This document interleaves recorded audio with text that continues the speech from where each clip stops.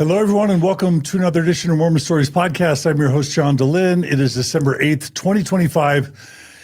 We are Mormons who watch Secret Lives of Mormon Wives, so you don't have to. This is part 2 of our coverage on Mormon Stories of Season 3 of Secret Lives of Mormon Wives. Today, we have a power triangle of just 3 of us. It's me, John DeLynn. It's Alyssa. Hello, Alyssa Witbeck, and Samantha Shelley. Samantha, how's it going? Good, yeah. And we've all watched the series the same amount, which is what's so beautiful about this power triangle. Yeah, exactly. This is an isosceles triangle, which means that 2 sides are equal and 1 side is shorter than the other 2. And we won't say which one that is. No, I'm just kidding. No, today, Alyssa and Samantha are fully prepared to discuss the second half of Secret Lives of Mormon Wives. I'm fully prepared to respond to the clips I watch and to their recounting. They're going to recount. You don't even have to watch Secret Lives of Mormon Wives. All you have to do is watch today's episode. They're going to catch you up on all the drama, and then we're going to watch specific clips that have Mormon ties. And then you, along with me, are going to just cogitate, analyze, process the Mormonness of it all. And I want to start with a hot take. Are you ready? We're ready. Yeah? Are you ready? We love when you do hot takes. Okay. I think this series should be renamed The Not So Secret Lives of Not So Mormon, Not So Wives. What do you think? Even the not so wives, True. What a blow. dragging them at every level. Is that too much of a hot take? No, I mean, Is it fair? I think it's fair. Hands on the wife. No 2 wives are the same. That's one of the rules of wives. Okay. That's why you have to have a lot of them in the celestial kingdom. Got it. No, I mean, this is like one of the biggest shows ever in the history of Hulu. Yeah. And perennially, consistently, there's this question, are these women even Mormon? So we're here to validate or dispel those myths. All right. Also, please like and subscribe and donate at mormonstories.org/donate. We exist through the generosity of our donors. Alyssa, you are producer on today's episode. You Thank did you the for the prep. title. What's that? I said thank you for the title. Yeah. So you want to give us a background? I guess we did part 1. I don't know if we even need to recap. Yeah, we did part 1, which was episodes 1 through 5. Today, we'll mostly be talking about episodes 6 through 11. 11 is the reunion. We'll bounce on that a minute because there's a few things there. We'll talk a little bit about some things from episode 5 that felt relevant to carry us into today. But there's just a few main themes that we're kind of going to be going over, a few main plot points that are particularly relevant to our Mormon angle. And are we covering the post-show stuff, like the reunion, all that drama? I think as it applies, I included a couple things of it because I just threw it all in here and then we can see how much we get to. All right. Alyssa, do you want to tell everyone again who you are and how they follow all your creative endeavors? Yes. Hello, I'm Alyssa Witbeck. I'm a writer. My most recent publication is in Exponent 2 that talks about being a mom, about shame, pride, parenting, Mormonism, all that stuff. So go check that out in the most recent issue of Exponent, and also other writing that are Mormon adjacent, wife adjacent, secret life adjacent on my website, which is alyssawitbeck.com. And I have a TikTok. It is somewhat lapsed as far as participation, but go look. It's called Liz Likes Words.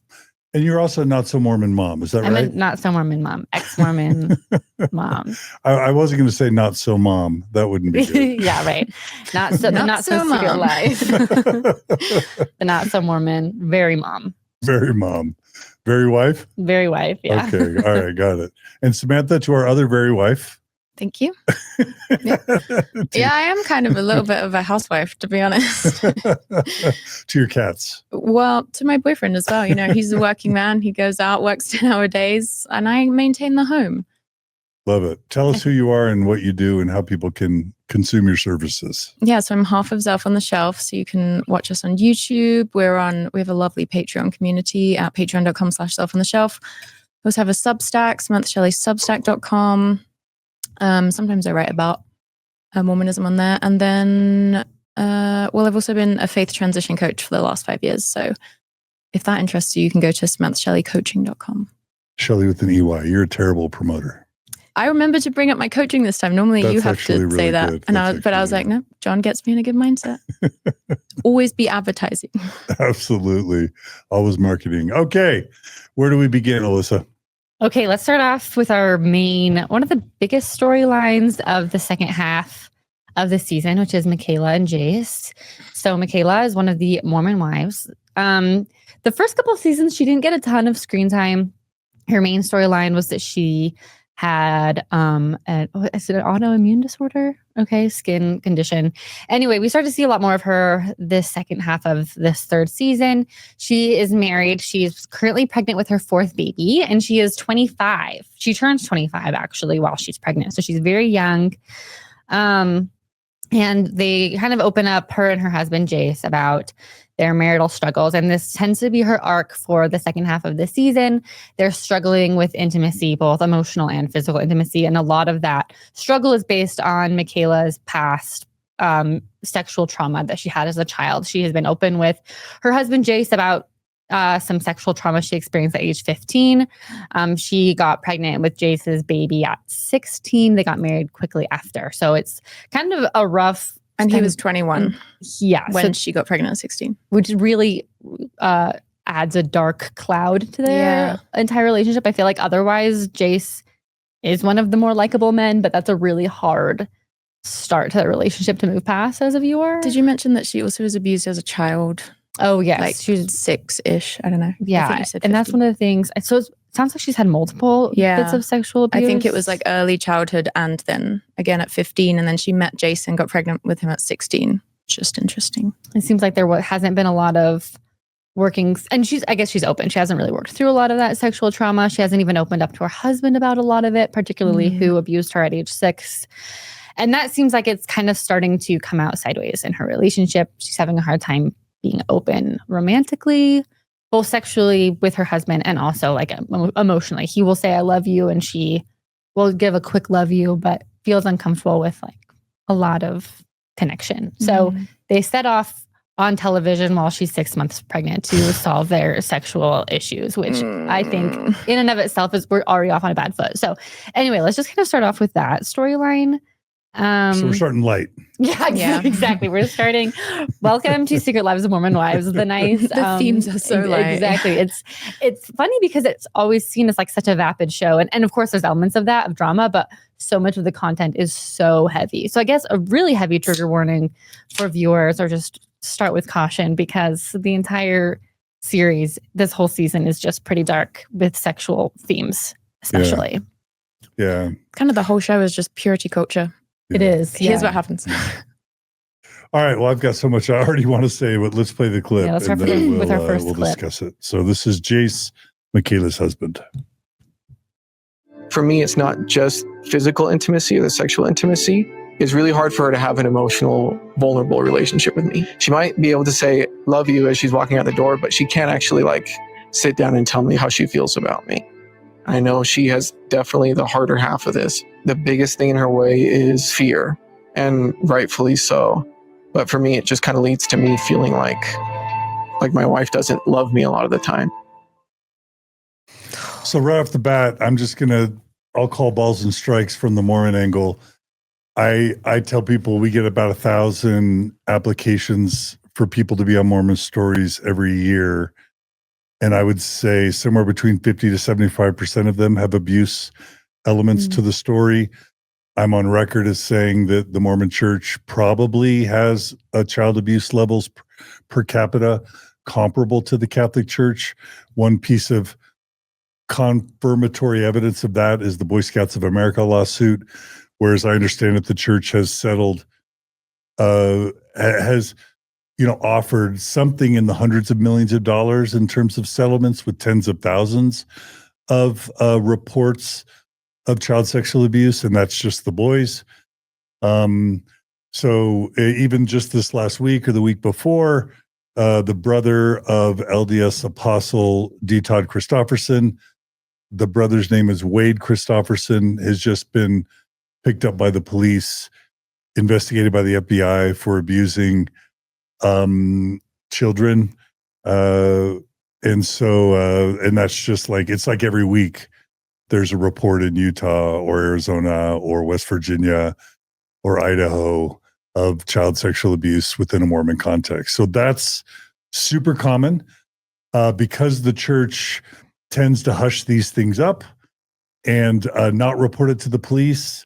And the church's legal services don't tend to get psychological or psychiatric help for the victims. Untreated trauma, especially from sexual abuse, is super rampant in Mormonism. And so as someone who worked as a psychologist for 6 years and has spoken with tens of thousands of Mormons and ex-Mormons, this idea of people getting married, it's often women who are abused, but it's not only women, but it's often these women who otherwise are, viewed as virgins or consider themselves as virgins. They come to marriage having had no other sexual experience than abuse. They marry having not had any sexual education or treatment or conversations with their spouse, and they get married. And then there's just heavy sexual dysfunction. People very close to me are in the situation where they'll go 2, 5, 10 years, 20 years of relatively sexless marriages. And it tears lives apart, families apart, marriages apart. And that's so this is just there couldn't be a more Mormon theme than this. That's just my balls and strikes for the first topic we start with. And y'all please take it away. I just had to give my perspective. Yeah, it's something that I guess just a little bit more to continue on going macro with this. This is something that comes up for so many of the women on this show, which I think is particularly interesting.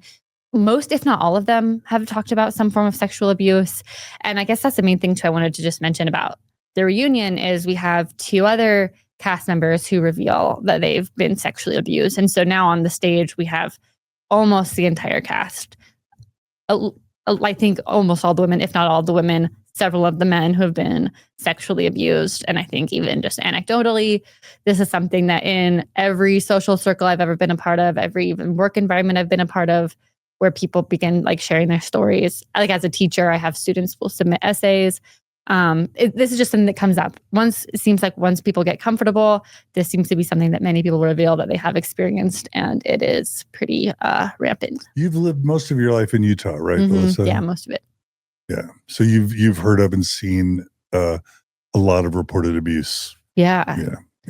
And a lot of it does seem to stem from purity culture, from this patriarchal idea that men own their wives, own women, and it's a lack of sex education. It's just a perfect storm that leads to a lot of trauma.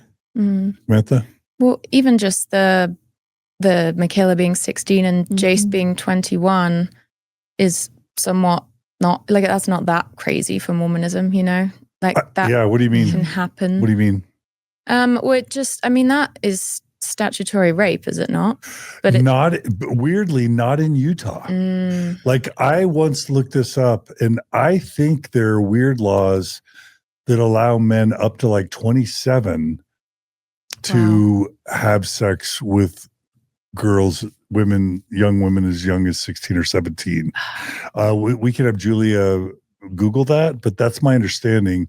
There's weird, because there's this idea of if someone's 18 and 17, is that statutory rape? Of course not, because they'll be in high school together. Well, what about 18 and 16? What about 18 and 15? So there's already these, I think they're called Romeo and Juliet laws that make it so an 18-year-old and a 15-year-old don't go to prison or jail if they have sex, or the 18-year-old in that case. But as I understand it, it can extend up as high as the mid-20s.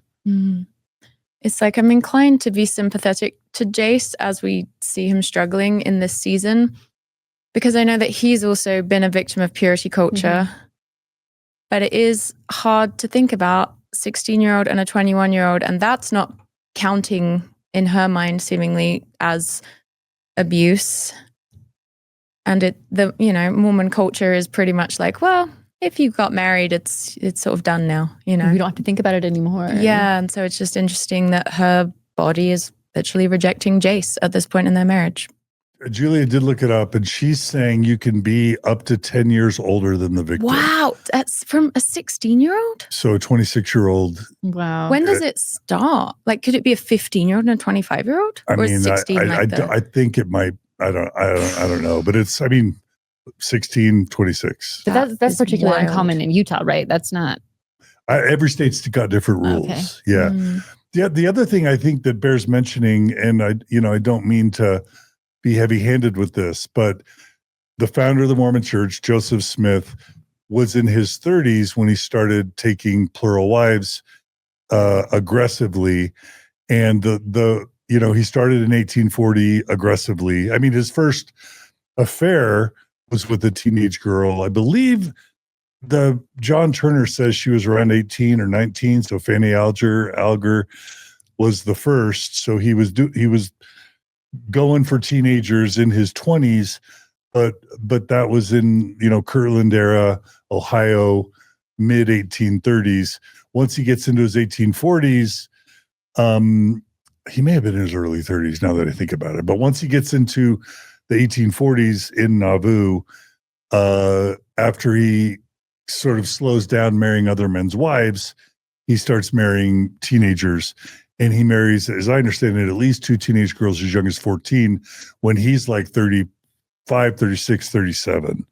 So Joseph Smith sort of started not only plural marriage, but the marriage of older men to teenage girls. And then subsequent prophets between Joseph Smith and the termination of Mormon polygamy in the 1910s, 1915s.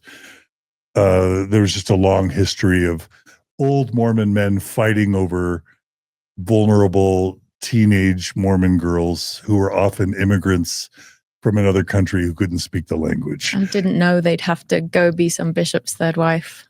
Yeah. When they made the trek over, Yeah. selling everything they have to come here. Right. It's wild. There was an informed consent. Now, am I being too heavy-handed? Am I being unfair by your readings of the history? Of You can Joseph tell me. Smith? Yeah. Oh, no, not at And all. early church history. No, yeah, of course. Okay. Lots of middle-aged religious leaders marrying children. Yeah.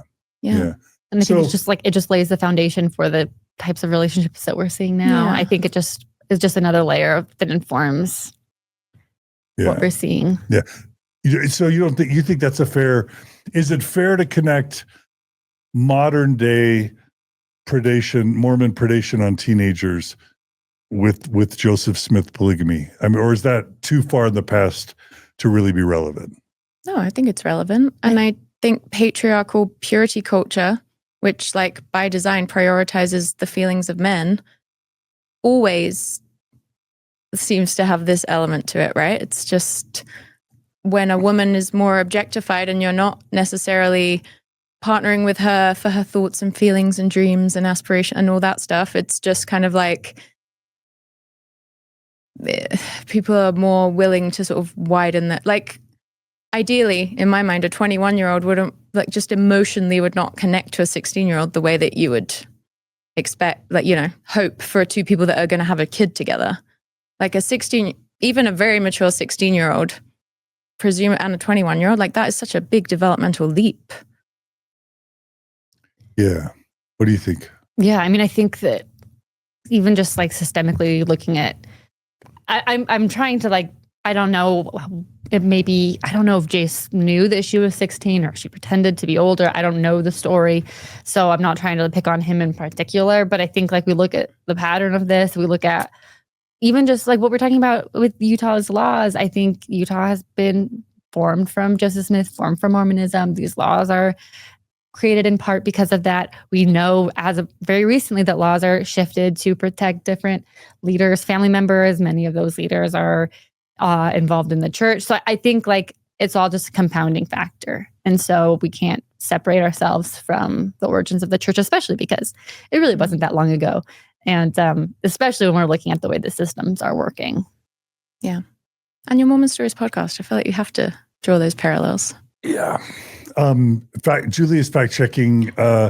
Turns out Joseph Smith would have been 30 in 1835 when he was allegedly bedding Fanny Alger And then he would have been 35 when he took Louisa Beeman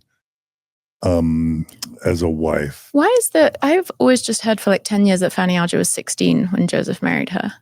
But Well, why is it the now? problem is there's a question about, she lived with him multiple years. So the question is, when did Oliver catch Joseph in the barn with Fanny?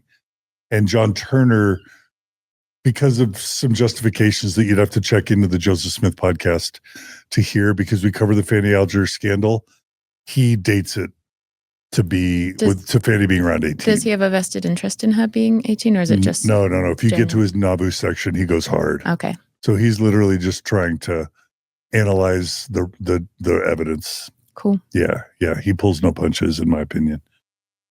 So, and I guess if I'm going to argue against my own position, there's probably no chance that Jace knew about Joseph Smith's teenage sexual predation, right? Because Hard to know. don't we argue on Mormon Stories and on Zelf That nobody knows. that the church doesn't tell its members about its Well, problematic history? he's 29, so I mean, Or he wouldn't have at the time, I guess. he I'm saying. could have heard about the essays 10 years ago, Yeah, right? Like, That's what Topic says. I feel like 29, it could go either way. He may have heard that Yeah. Joseph took teenage wives. Never Yeah. really know. Okay. Well, to connect with Mikayla for a second, like, what would it be like to be a 16-year-old Mormon girl and to get pregnant? Yeah. I mean, it's horrible on so many levels. I mean, and she hasn't been super open about this, so I don't know what it would be like, was like for Mikayla in particular. But I think the shame within Mormon communities around having premarital sex anyway, and then getting pregnant is its own scarlet letter. There's just so much shame there.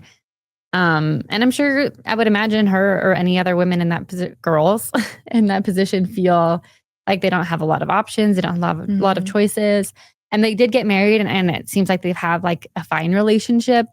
But that's the other hard thing too about Mormonism is we have this idea that like if you have a baby, like you have to get married. And so we don't know what the circumstances were for them to get married, if they felt like they were forced into it, if they were even compatible. I don't think they were together for a really long time building this really beautiful relationship before they got pregnant. Yeah, I think it was a month. Yeah.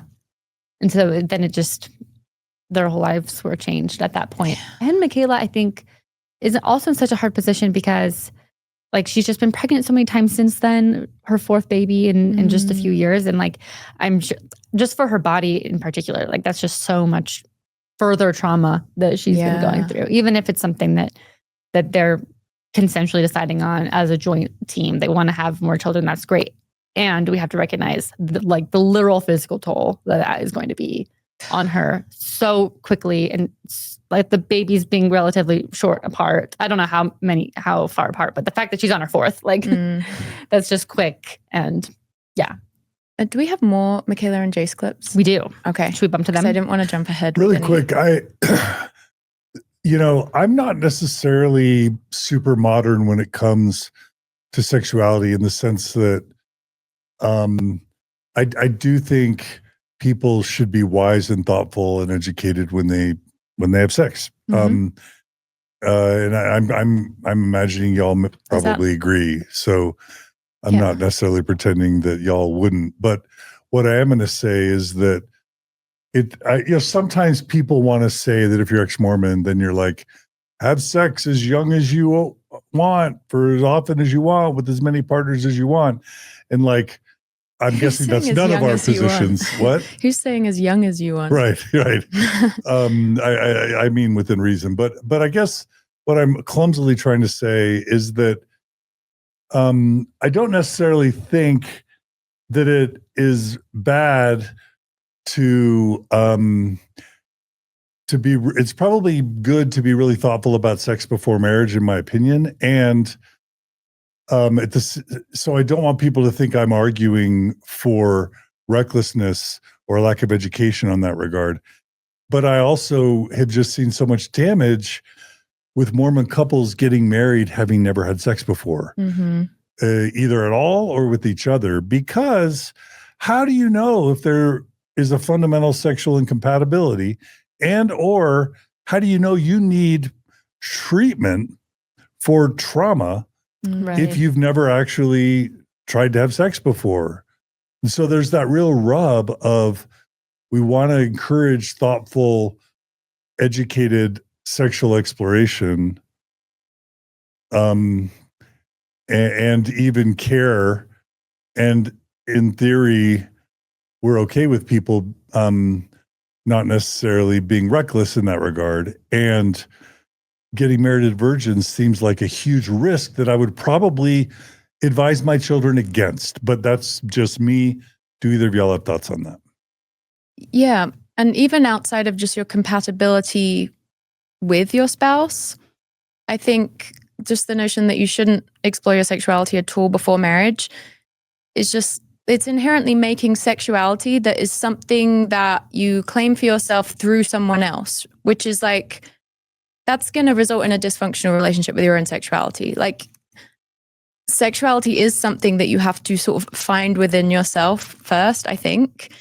In the same way that people say you can't deeply love someone else till you love yourself, because you'll always be looking to sort of fill a hole through them. And so then that's kind of antithetical to like true connection and relating that isn't obsessed with what's the outcome going to be here. It's just like true connection.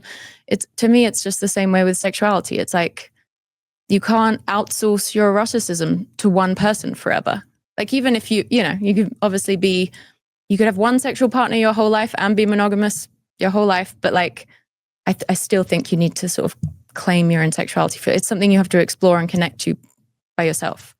And I'm talking about that in like a bigger sense than just like masturbation, you know? I mean, just like eroticism as an energy in your life and in yourself. And like, I think a lot of people, maybe Mormon or not, can kind of relate to what Mikayla seems to be going through in this season, because like, how many of us have been just thoroughly cut off from our own eroticism because like the world doesn't, Mormon or not, the world just doesn't teach you how to be like healthily connected to that force within yourself.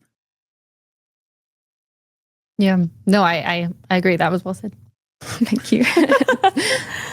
I'm reminded of I think it was Jennifer Finlayson Fife who first woke me up to this idea. She's a PhD psychologist that works mostly with faithful Mormon couples. And I think she did her dissertation on Mormon female sexuality. And I think her basic conclusion was Mormon women are taught from a very young age that they exist to please men sexually, but only after marriage. But they're never acknowledged as sexual beings. And like you say, Samantha, they never learn to even figure out that they can have pleasure, that they should have pleasure, let alone how they receive pleasure in optimal ways. And so they enter these marriages just, it's all been about, no, stay away. I need to be pure and guard our sexuality. And that's just the beginning. They also just have no idea what's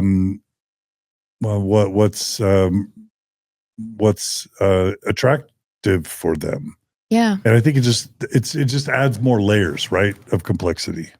Yeah. And I mean, I think we've seen throughout this season and just throughout Mormonism at large and purity culture at large for like other Christian religions and religions anyway, just the idea that like women's bodies are for men, and that's not like a new idea. And I think that's a kind of a trope because it's so common, because it's such a big fundamental element of purity culture and of the experiences that these women are having, is that they don't have a chance to really consider their own eroticism, and they are outsourcing it, like you were saying, Sam. And that then any sort of sexuality that they have is only for their husband, to be consumed by their husband. And then when they add sexual trauma and prior sexual trauma to the mix, like in the case for Mikayla, it seems like it's just adding a lot of tension. And I think what they're also up against is this really high pressure that sex has to look a specific way, or that any sort of like sexual incompatibility that they're experiencing now is like a deal breaker, as Jace says. Like, I think they both feel a lot of tension and pressure that like this is something that needs to be fixed immediately, in a very like, oh no, we need to fix this or else our relationship is going to fall apart, rather than even really considering like like the pace at which that they seem like they're trying to figure this out, I think is really interesting. And like there's this sense of urgency, even though Mikayla is literally pregnant with their 4th child, and also thinking back on the relationship, she's been pregnant 4 times, and whether she was breastfeeding, I don't know, but like that's something that is notoriously not going to help your libido. So they're talking about how Jace has a really high libido, Mikayla has a really low libido, but she's also been pregnant 4 times in the span they've been together. Like I don't even know if there's been very much time that they've been able to actually consider what their average levels are. And yeah, like they're co-creating those extreme libidos. Like he said out of 10, was it to Natasha or a different is the other therapist? He said his libido was a 10 out of 10. He would have sex 3 times a day if he could. And she said her Did libido. he say that? Yeah. 3 times a day? So this is what I'm getting at. But she said 0. She almost feels like she just doesn't want I think sex. she said 1, but okay. But I see what you're saying. Yeah. 1 a But day? No, her like a libido on a scale of 1 to 10. Oh, is 1. right. Okay. But it's like, who knows what his libido would be if he was in a situation where he had, sexual compatibility with his partner. It's like you're a 10 and you want it 3 times a day because it's all you think about because it's a need that's not getting met for you. And same with her. It's like because there's so much pressure for her to have sex with him, it's a 1 when maybe both of them would be much more towards the middle if they were able to Exactly. be exploring this outside of such a high pressure situation where there's kids involved. Yeah, there's 4 kids involved now. Now they're trying to solve it on reality television. Yeah. And she's trying to work through her like sexual trauma. It just seems they seem like they're bumping up against this inherent incompatibility. And perhaps that's true. We don't really know as viewers, of course, but it almost just seems like this like misaligned or I don't know what I'm thinking of, but it just seems like there's this panic that doesn't necessarily need to be there. Like they can just hold off for a minute. They don't need to like put all this pressure and this energy that things are so wrong when we don't even know what normal is for them. I think I like do agree with what you're saying, but I feel like from seeing Jace in the season, maybe we'll watch a clip. That's why I don't want to jump ahead. But I really do feel like that is a man that is at the end of his rope. Like it really, it seems like for Mikayla, it would be something she could kind of put on the back burner, and also like, rightly so, 6 months pregnant. Like it's all completely fair enough that someone 6 months pregnant wouldn't be wanting to like tackle this. But I could see in Jace how, because it really is bigger than the sexuality, right? You can see in the way that they interact that she's not able to like meet him in the present moment in any kind of way. Like and like, I mean, I remember that feeling from my own Mormon marriage, to be honest, where it's just because like there's just your soul, whatever you want to call it, just sort of knows that this is not a person you want to be getting closer to right now. And it was so hard watching their awkward attempt to have a sexy scene that we have a clip of that. All right, let's go to the next clip. Let's go to the next clip. Thanks for talking about this. That's the 3rd clip. Let's play a second. Let's play a second. And then we'll go to the 3rd. We can play them in succession if we want. Is that okay? Yeah, that's I just think there's a lot of shame. I think that's why I'm angry when he brings it up. Do you know what your needs are? Do you think you need to figure out what your sexual needs are? Because I feel like for me, once I found it more enjoyable, it was like, this is like fun, right? Yeah. Well, I think that's what's hard too. Is again, I still have that mindset of like, this isn't for me. Like, okay. I'm not gonna cry. You can cry.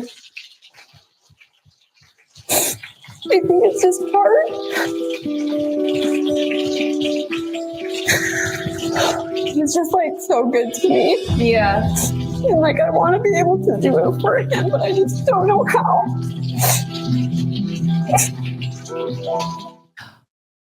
Oh, you can just feel the pain there. so many thoughts. Yeah? Well, it just seemed, she talked about how he's so good to her.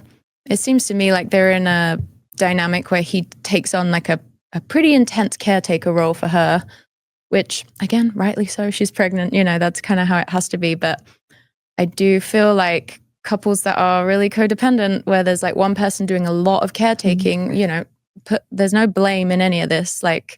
But I just think that that's not going to make you want that person sexually. Like if that person is in like a parental role to you, as it seems Jace is to her, you don't want to have sex with your parents. Like it's just, or your boss, not or your conducive. bishop, right? Those second ones are kind of like different, but you know what I mean? It's like they're so close and enmeshed that where's the desire going to spring from? Because there's no gap between them. There's no like healthy or differentiated self for them to be where's the desire supposed to exist when you're that enmeshed and there's so much pressure and there's 4 kids involved?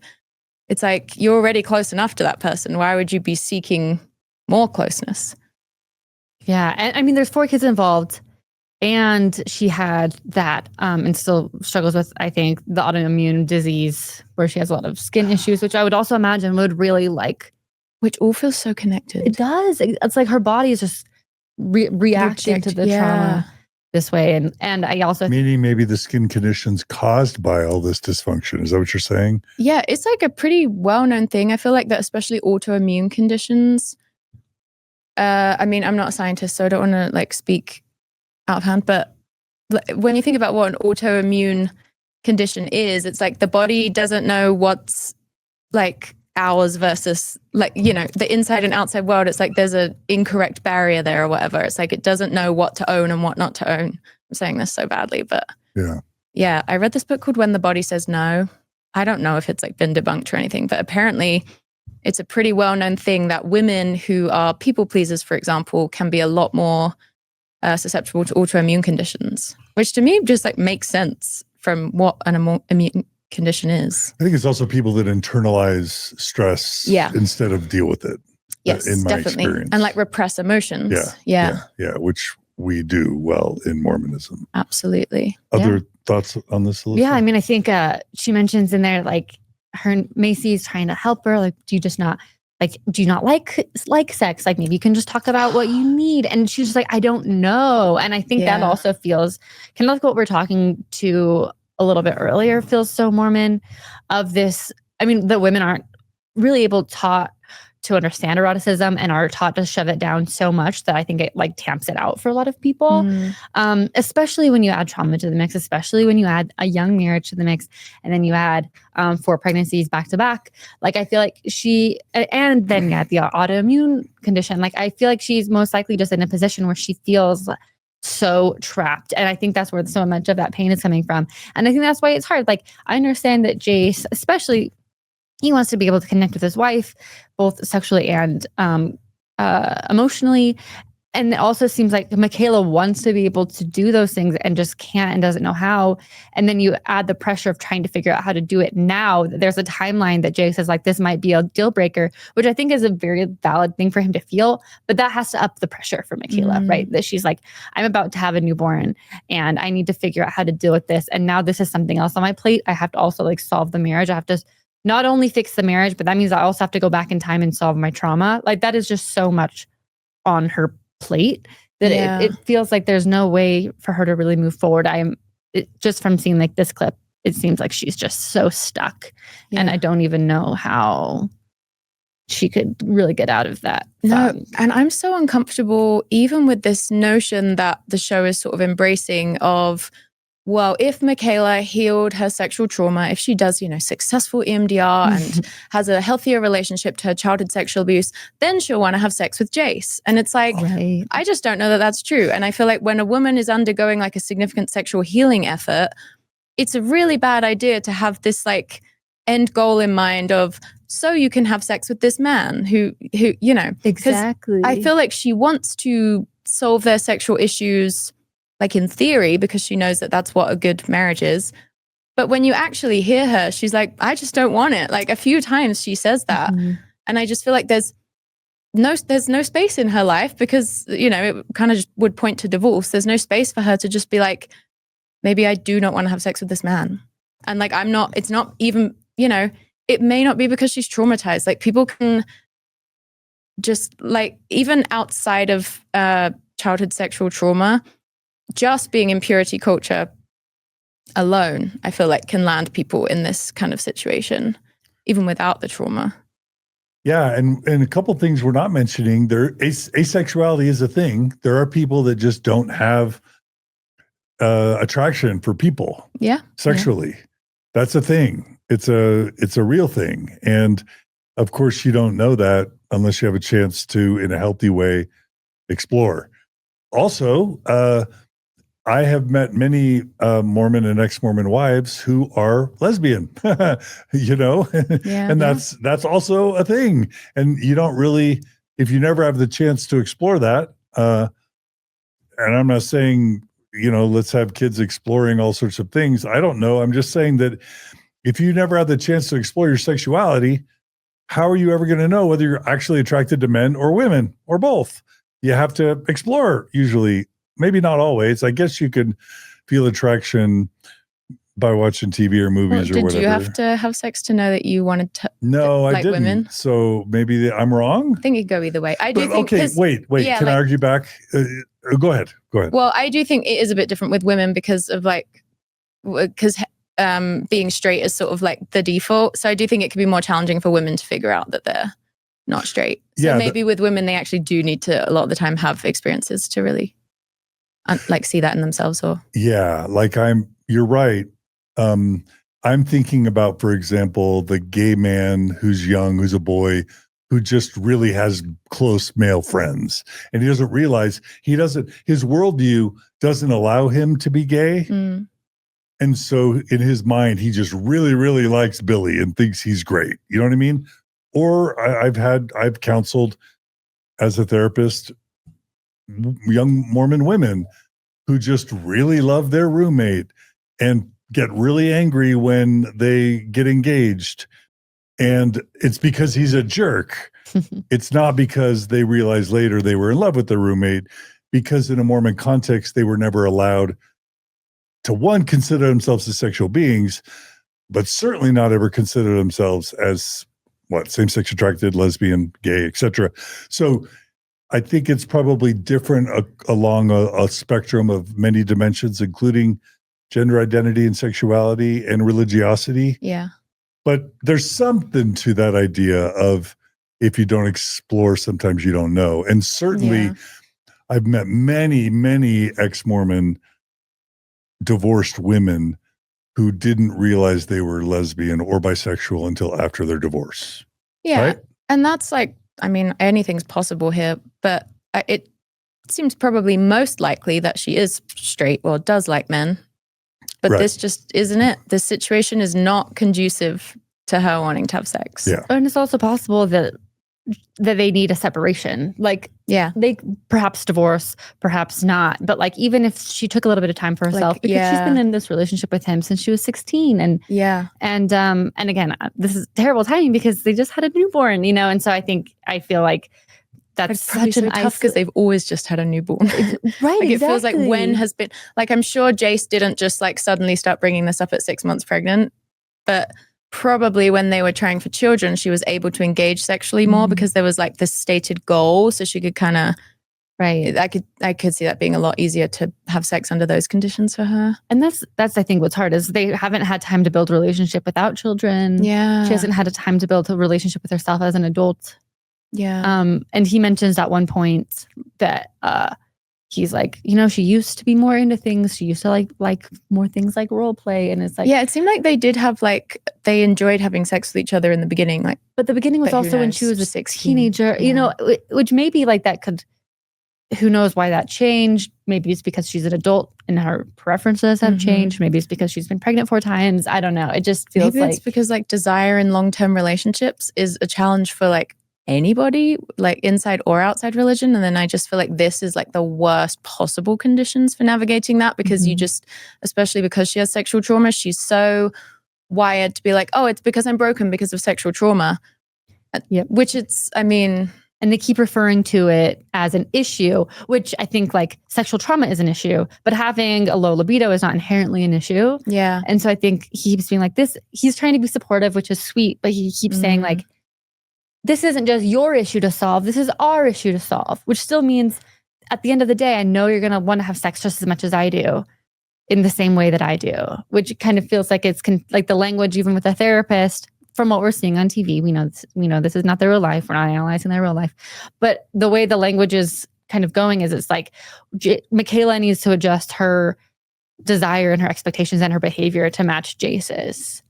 And her desire needs to kind of like, she needs to fix herself for her husband. And I understand that like for healthy relationships, there does need to be a much more compatibility than there is. But it just seems like everything is put on her to change her mindset, her behavior, her drive, her connection, her trauma, her parenting, her illness. Like, it's just a lot. Yeah, I really didn't like when the therapist said, given the context of them talking about her trying to heal her sexuality, and she was talking about how she's kind of resistant to really doing that work.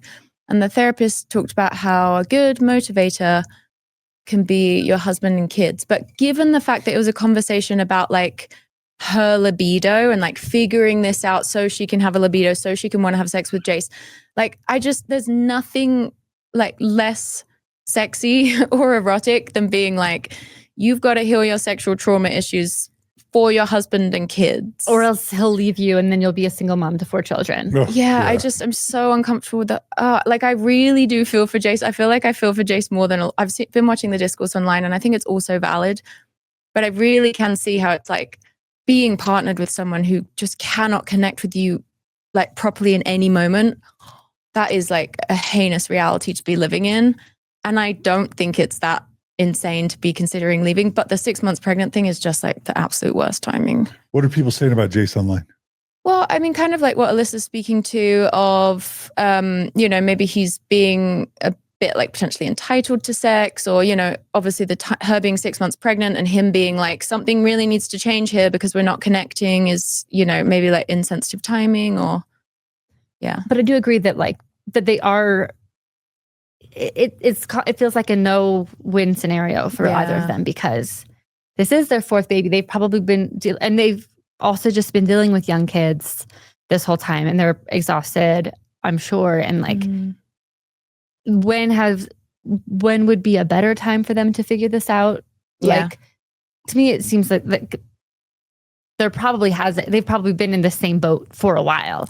Of she's pregnant or they have a baby. I mean, obviously, because this is their 4th child. So, and I can also see him being like, I mean, if not now, when, in terms of the figuring it out, because it's like, well, she's 6 months pregnant, but I mean, she's amazingly energetic. And, I'm so impressed by how all these women navigate life as like pregnant. I just can't believe the energy they have. But, she's doing all these things for her fame and career and stuff. So I just felt like them being in that, they're in this big, gorgeous villa mansion together for this work trip.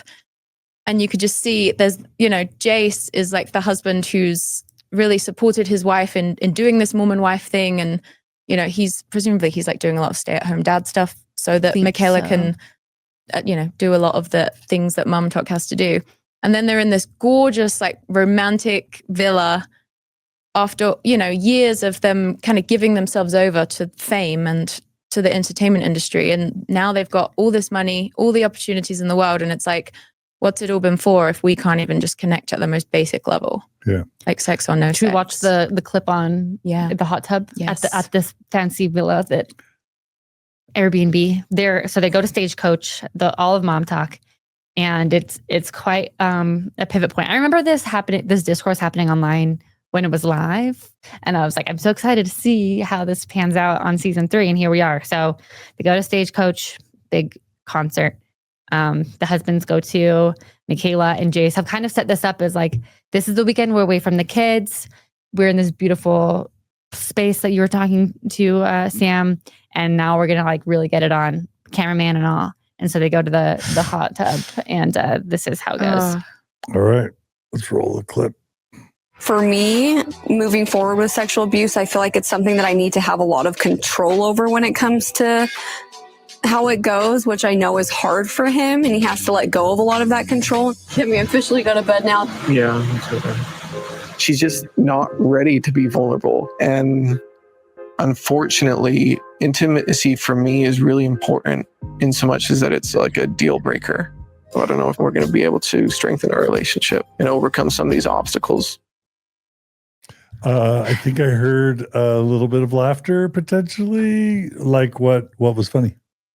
Well, I was just laughing at the like, unfortunately for me, intimacy is kind of a deal breaker. Because I mean, it should be for everyone, shouldn't it? But like, that's not unique to Jace. Yeah. I don't know if he feels like it is. He might, if because it's not to Mikayla. Yeah. And so, yeah, I I guess what we missed in the clip is they were going to the hot tub and the jets were like a little bit off. They didn't seem that off to me. No, I think she was just looking for any. Yeah. She was so uncomfortable in the situation, even though she had been the one to say. Oh, it was actually interesting because like earlier, before the hot tub scene, earlier in the day, they'd got to the mansion and we see her trying to like flirt with Jace and basically telling him in like a flirty way that they were going to have sex tonight, like getting him excited. And I was watching it with Jared, and Jared in that scene was like, that's a man who knows it's not going to happen. And I was like, and we didn't know yet if it was going to happen. So I was like, really? Because in my mind, I was like, I bet they'll do it. I don't know. I didn't really think about it. But it's like Jared just immediately knew that this is probably something Jace has gone through before. And I thought that was interesting. My husband said that too, actually. Really? Similar. He phrased it slightly differently, but he was just like, oh, it's not. Because you could tell it wasn't coming from a pure place in her. Like it wasn't coming coming from a woman that was turned on. It was coming from a woman who's kind of desperate. She felt like she was trying to like read the script that she knew she was supposed to do. Yeah. And again, I think it just kind of speaks to this really tough situation for both of them, because she's saying like, she's kind of trying to act flirty and he responds and you can tell she's immediately super turned off by his response. She's like, ugh. And then she kind of tries again and he'll be like lightly flirty back. And she kind of like does a face like, ugh, like, I don't want that. And it's just rough. And I think I think the pressure for both of them has just built up. And I keep saying there's so much pressure, but I just feel like that feels like there's no way that they can go forward with that. That's impossible. Like the worst way to get sleep is to feel stressed that you're not sleeping. Exactly. Yeah. And the worst way to solve sexual intimacy problems is the pressure of needing to solve the sexual intimacy problems. I do want to mention one other thing that we've covered a gazillion times on Mormon stories. Mormon men aren't supposed to masturbate, even in a marriage. And so I don't know if Jace is following that rule. If it's of interest, after that scene, he rips shots. Like he does shots of alcohol because you can tell he's just like spiraling. So I don't know if that says anything about but I feel like most people would do a shot later than they would embrace self-pleasure. Well, yeah. In an observant Mormon marriage, neither the husband nor the wife masturbates. And so, because we've been taught that that's evil. And, I've heard Natasha and others say that can be an important safety valve or alternative. Yeah. If there isn't healthy sexuality in the marriage, well, then a spouse can kind of take care of themselves. We talk about Jace saying 3 times a day, you talk about repression. Like if he can't even have masturbation as a release, could that be a factor in what's going on here, or at least in some of those early dysfunctional years? Yeah. Do y'all think that's even a viable theory? Well, I mean, especially regardless of whether or not they still follow that rule now, that's what they grew up believing. And I'm sure like that messaging doesn't just go away, that it's your responsibility to like that the other person's sexuality is your own responsibility, which I think kind of goes back to what Sam was saying a while ago, which is each person should be able to own their own sexuality. And so she feels the pressure to not only heal her own sexual trauma, but also she's in charge of Jace's sexuality and he's also in charge of hers. And so like he might feel like he's failing. He has not said this, so this could be just completely reading into it. But like he may be thinking like, am I doing something wrong? Why am he tries to do this like light, sexy talk. It's not received well. I feel like you just add these layers of also you have to take care of each other 100% of the time sexually is also not going to make it sexy either, because now it's a job, now it's a chore. He does seem like a man who's willing to do anything to sort of make this relationship work. Like the way he seems to interact with her throughout the season, I'm like, if there's something he could be doing, I bet he'd be doing it. Yeah. Like, yeah. And you can see him trying so hard not to be selfish and entitled, and like he knows how it will come across, I think. Yeah, I mean, it's hard to know the line between PR but it does kind of seem like his personality to be like a big caretaker. And also, I mean, like what would make you attracted to a 16-year-old at 21? Presumably you've got some kind of savior complex in there that like lends itself to you being a caretaker. That's a whole other thing. But yeah, I forgot why I was even talking about that. What's this next clip about? Okay, let's see. me pull Episode it up. 7, Jace and Taylor convo. Oh, Ooh. yes, this is interesting. Is this them talking by the river? Uh-huh, Yeah, I was yeah. going to bring that up. Cool. Okay, just play it. We'll give context. in a Okay, second. this is Jace and Taylor by the river, right? Yes. All right. I know that Mikayla is going to take time to get there, but sometimes it is like maybe a little bit of jealousy there, where I see you and Dakota have like this great sexual chemistry, right? Yeah. And so I'm like, I do long for that in Mikayla and I's relationship. And I think that we can get there too. And it's just going to take me being patient. Everything you guys have over just like freaking the sex life, I like long for that plus like a good relationship. Always looking at what you don't have. Does anybody find that huge fountain? Like, what's the symbolism there? It's just He's like, I have this great spot for you guys to sit.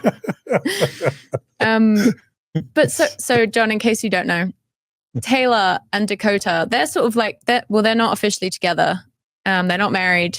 They had a baby together, right? You remember that from? Oh yeah, and I thought they Okay. broke up by season They 3. did. So they are Till broken up during Stagecoach. Stagecoach, but they sleep together on one of the nights. Like she like texts him and is like, "You up?" And he goes into her room. They clearly have a very fun night together. And I just think this is such a perfect condemnation of purity culture in certain ways, because Taylor and Dakota are just a toxic couple, right? Like by most measures. And yet they do seem to have this really genuine sexual chemistry, which is, we're not crazy at all when you understand eroticism. Like the forbidden or like the toxic can like so easily be, a huge turn on for people. And then Jace is the person in the marriage doing everything right, doing things the Mormon way, and his wife just could not want him less, which just goes to show. I mean, it's kind of it's sort of a Mormon belief that if you follow all the rules and do things God's way, then that's how you'll have the best sex life, right? But the show shows us that married Mormon couples aren't having like the best sex out of any demographic. That's This what were you saying? This may betray my own, I don't know, template to some degree, but like I can't imagine being attracted sexually to somebody that was unsafe. Like for me, I think I experience attraction when I feel very connected emotionally and safe with the person. So this idea of like, I've thrown stuff at him, he's thrown stuff at me, we scream at each other. Like I guess for some you're saying that can be arousing. well, I mean, yeah, obviously, like. What there's a whole- about needing emotional connection and safety as a precursor to sexual arousal? Well, no, that's obviously healthier, right? But Taylor and Dakota are both, they've both struggled with addiction. They're both people who clearly have heinous relational histories. So, yeah, that's kind of what happens when you have like a dysfunctional, attachment style or dysfunctional ways of relating. It's like to her, Dakota kind of is like this familiar. So it's familiar, it's like that. We seek a lot of things psychologically because they're familiar rather than safe. Interesting. This I thought was just an interesting moment. Well, it happens at Stagecoach, which is at the same evening, presumably. I don't know how many nights they were there, but for the sake of the show, it's the same night where Dakota and Taylor hook up. Which is the same night that Jace and Mikayla fail to. And it is just like a really interesting way that we see like both extremes of purity culture in completely unhealthy ways. Like none of the four of them are in a good spot with their respective partners. And Taylor and Dakota, obviously terrible, super toxic relationship. They got pregnant and now things are extra complicated and things will blow up more as the season goes, but they are sexually compatible. And then Jace and Mikayla, like what you've been saying, have been following the rules, have this family, and things still aren't working. And it seems like in both ways, purity culture has caused their sexual lives to come out a little bit sideways and lead to unhealthy relationships. And they're both jealous of the other person, which is interesting because neither of them are in a very good spot. But they just kind of are like reaching for the exact opposite end of the spectrum. And nobody in the group really has seemed to figure out a way to have just like a functioning, healthy adult maybe relationship. Mayci and Jacob, from what she said. But that's even still coming off the back of a lot of trauma for Mayci. So she had to kind of, I think, like their relationship seems healthy, but it is still like Mm-hmm. built off of something unhealthy. Yeah. And just thinking, speaking to your safety question, John, like something that's so problematic about purity culture is it doesn't encourage people to just like explore their own desires in their own heads, you know? And like desire, there's so much valuable data in our desires. And like what we're attracted to at one time in our lives is not going to be the same as what we're attracted to later on in our lives. I was just thinking about the fact that she was 16 as well. I'm like, that phenomenon is sort of supercharged given that. But Taylor, having the desire to invite Taylor into Dakota, into her room, even though they've got this like really toxic thing going on, that is her having this desire for safety and closeness and companionship. It's just that she doesn't seem to have, in that moment, she's not realizing like it's not going to come from him, or it's got to come from you first, girl, or whatever. I think one thing that also just bears mentioning here is just how difficult marriage is, and how difficult, I look around and I have a hard time finding any marriage that is either healthy, or if it's healthy, hasn't had major eras of unhealthiness or trauma or high levels of conflict. Why do you think that's, Sorry. No, go ahead. I was just going to say, why do you think that is? Like, do you think it's something about marriage itself, or? There obviously, and this is stuff you and I have talked about and others have talked about. Like, I just think there's something at the very core, which is, I think all of civilization is trying to move us from the caves to domestic life. And that's a pretty big journey we're basically animals. I hate to say it. We're gorillas. We're, whatever, who lost hair and evolved and got sophisticated brains. And we're trying to do non-animal things. And I think so do you living in a suburban home with one spouse/sexual partner, having these corporate jobs, or staying home and taking care of the kids with all the pressures and complexities of media and of family structures, etc. I think it's just incredibly hard, period, to try and I don't think we're wired for how we're trying to live in 19th and 20th century sort of Victorian suburban Mormonism / America. That's my first take. We can drill into different aspects of that. But no, I think you're spot on. Like we try and replace a whole village with a spouse, and that is obviously absurd and going to be a huge lift. And I don't know. I think a lot of our ideas about marriage or long-term partnership in our society are sort of based on a lot of like fantastical thinking. And I think like true compatibility is pretty rare. I don't know. Like, clearly, it's a spectrum, right? So maybe that's not the right way to say it.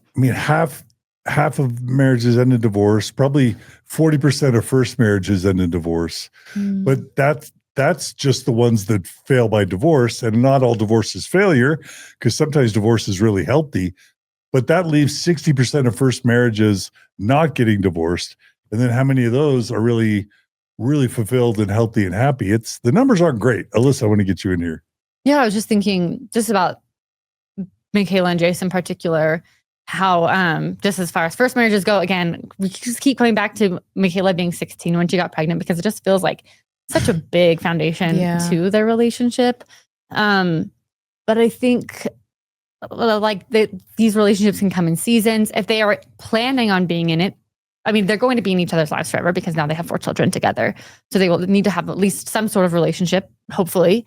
And I think it will just be interesting to see, like, if they're planning on recognizing like we're in a dip season, and hopefully maybe once we're not filming the show, hopefully once we're not freshly postpartum, we can kind of try to build back up. But I think a lot of that's probably is going to depend on if their foundation has something that they can build, or honestly, they probably didn't even really have too much of a foundation because they were so young, but do they have compatibility that they can start to build something fresh 4 kids in. It seems like they might be in a position where they're building a relationship backwards, where now they have 4 children and then they kind of have to start from scratch. So, and it's so hard once because they've been together, I suppose 9 years now. And I feel like something that is hard with marriage, with long-term partnership, is it's so easy for people to get locked into these roles. And then they're thumbs upping each other.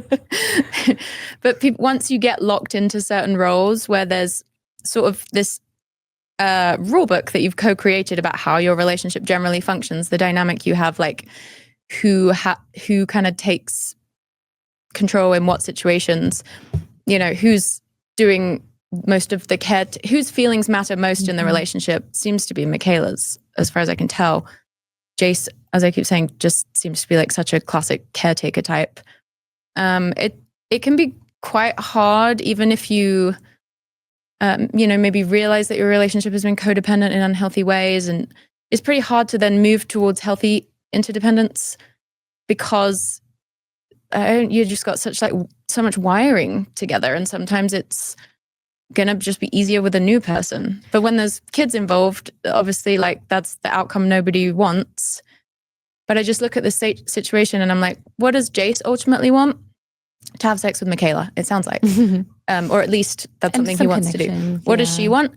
To not have sex with Jace. Well, what's that natural outcome of that? It's like he changes her into someone who wants to have sex with him, or divorce on her end. So like no wonder she's like wanting it to just, because she doesn't want to get divorced, but she doesn't want to have sex with him. So she's just like in an impossible situation. So she wants to just kind of kick the can on that a little bit. Yeah. Which is why it seems like possibly, and again, the logistics of having a new baby makes this all complicated, but even having a separation, not a divorce per se, but even just giving them both time to like, I think that is such a good point. Let's just have some time to breathe, and figure out if this is, I think that would just take some of the pressure off. And then they could, if they were able to actually make decisions and consider what they actually want, maybe Jace wouldn't feel like a 10 anymore. Maybe she wouldn't feel like a 1 anymore if they also just had a little space and to figure it out. Yeah. And then maybe they'd come back together and be happy and healthy. Because sometimes after, like when 2 people break up, and maybe this is something that Taylor has experienced that's kind of kept her going back to Dakota, but sometimes when you break up with someone, there's just this radical truth telling that can happen in that space where you're like separating and figuring out the breakup. And sometimes that can really like draw people back together, which is why I think like separation is not really a Mormon thing that, Mormons aren't generally like, just have a separation period with your spouse. I mean, that would be pretty nuts, at least in my experience of Mormonism. But I do think that's kind of a brilliant idea. I'll also note one interesting irony here that's related specifically to Secret Lives of Mormon Wives. On the one hand, it's really, is it fair to say it's unethical that these really complex, trauma-informed, high conflict sort of situations are trying to be worked out on national, international television like that? Is it fair to say it's unethical? I'm grateful that they're doing it because they're bringing light to very common, typical Mormon issues. On the other hand, if we think of these people as humans, it feels almost borderline unethical / abusive to be putting, for example, Mikayla, but not just Mikayla, Jace as well, through this on national television, because it's almost more guaranteed to fail now that the cameras are on, right? Yeah, I think you've got a really solid point. And I think reality TV can be this weird kind of, I don't know what the word is, but it can really trigger a lot of awakening in the cast members that they didn't anticipate going in. But I just think any kind of awakening happens through grace, happens kind of randomly. Like you're lucky if you, or in my opinion, you're like lucky if you're a Mormon and you wake up one day and something happens to trigger a faith crisis. And most people don't choose that. Like it's just something that happens that a lot of us would consider ourselves like very lucky happened to us. Yeah. And I feel like that's maybe a situation like this for them where, for better or for worse, this show is revealing the ways that their lives aren't rooted in truth. And I'm such a big fan of when things just feel so impossible in life, or when you're at like any kind of crossroads or whatever, just like radically tell the truth and then see how life arranges itself around you. And what stresses me out so much with couples like Mikayla and Jace just staying together with these issues for years and years and years with like no real progress is like, it does demand dishonesty. Like if she's really honest with herself, and she kind of was in the show, it's like she doesn't want to have sex with Jace. So it's like, what if she could just fully embrace that truth without anyone trying to make her change it? That's just what stresses me out, is how much a woman with sexual trauma is saying, I don't want to have sex. And everyone's like, okay, what can we do to get you to want to? Yeah. I just think that's such a flawed way to go about it, and is like, yeah, I do think it's antithetical to true sexual healing. And you could argue Jace is saying, I want a partner who wants to have sex with me. And you could say the same thing. He should maybe go find it. But yeah, I kids. completely agree. Like, I fully see how it's so tough with the kids, but I think healthy co-parenting to me seems more of a possibility than them fixing whatever that is. I don't know, because I'm not them. But this also does speak to the Mormon proclivity for women to get pregnant so young and have so many kids so early, which the church encourages, the church wants, but I don't think they provide the education and the healthy, normative, formative experiences to make early marriages have a high likelihood of success. In fact, take Mormonism out of it. My understanding of the social science research is the older you get married and the older you have kids, the healthier the marriage is, and the better the parents are. The older you are, not younger. The irony that I was going to say, the second part to the irony of the ethics of Secret Lives of Mormon Wives, is that at least Mikayla's not going to be like most Mormon women who have zero education and zero career. I don't know how much of an education Mikayla has, but because of Secret Lives of Mormon Wives, this marriage may not work out, but she will have a fantastic income, probably a high multiple of anything Jace will ever have. She'll be financially dependent upon him. Yeah, it would be very... Wait, she will or she won't? She won't. Yeah. And he might be dependent on her. Yeah. Like he might have a very favorable... Yeah, the power dynamics are flipping there a little bit. Yeah, it's going to be interesting to see all that play out, because she has the resources for them to break up at this point. You know, I mean, even just in terms of childcare, I mean, they can afford to pay for as much childcare as they want. And I'm saying that's a good thing relative to most Mormon women that I see get divorced. Yeah. They have no education, no career, no prospects, multiple kids, and a husband that it wants to fight for every penny in the divorce. You know, it's rough. Yeah. So, but ultimately, I feel like it's just worth mentioning again that even just the fact that she's been pregnant and postpartum, hormonally, that lowers your sex drive because it makes your body not want to have more babies evolutionarily or whatever. I can't remember what hormone it is, but it just feels like because they've had 4 kids in 9 years, and that's at least half of their time together that she's been at least pregnant, and then postpartum, and then perhaps breastfeeding. It just doesn't even feel like it's a fair template to consider whether or not they're sexually compatible, because there has been so little amount of time within that she has not been pregnant or breastfeeding, which is going to impact her hormonally. For her to even like know, because she's like, I'm a 1. Well, she's also 6 months pregnant right now. And she's been doing that this whole time. Yes, so. it's but I will say, given that it is also clearly an emotional connection issue too, like it makes me sad that Jace is in a position where he's having to, as carefully as he possibly can, be like, like intimacy is important to me in a marriage, which it's like, that should be so 101, you know, like this. I mean, I definitely don't think people should go into marriages quickly. Certainly not like the way they did. So, and yet how stereotypical is it for Mormons to be taught that any 2 worthy, righteous Mormons can make a marriage work? Spencer we all taught Kimball, that? We all taught that? He said that. Yeah. All right. Well, let's go. I think, I hope Jace and Mikayla watch this episode. They're getting a lot of really good insight. I hope they do not watch this. Love you guys. Sorry you're dealing with that. Yes. It's as much as I get that the marriage is hard thing is just sort of an interesting discussion to me. Sorry, I'll try and make this quick. But I just think, and this is what purity culture type marriages just like don't think this way at all. Like life is hard. So because of that, relationships, have challenges. But to me, I mean, I don't have kids, so I recognize my stress privilege in that. But I've been with Jared for nearly 8 years now. And at no point would I say partnership with Jared is hard. It's life can be hard, but it's easier because I'm with him. And it's why be with someone if they don't make your life easier? Again, I know that conflict in intimate relationships, that's inevitable. So I'm not talking about a conflict-free existence or anything, but I just think why be with someone if it's I look at Jace and Mikayla and it just seems like they're two people whose souls are yearning for something that is not this, but this is the only thing that they know how to try and fix. Yeah. And I don't think it's arguable that Mormon marriages are happier on average than non-Mormon marriages. I don't think. Yeah. So it's a mess. All right. The next clip is Mikayla feeling pressure, guilt around sex life. Yeah. Do you want to set this up?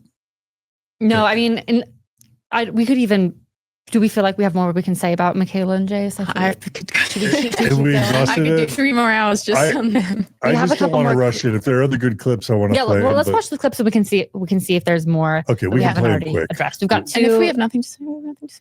All right, we'll Okay, play both perfect. clips back to back, maybe. I feel a lot of pressure and guilt around my marriage and our sex life right now because I feel like I have a lot of broken pieces that I haven't fixed yet, even though I know that it comes from the abuse and the way I was raised. I think growing up in the church, I'm always trying to chase this idea of being a perfect wife or being perfect for him it just never feels attainable.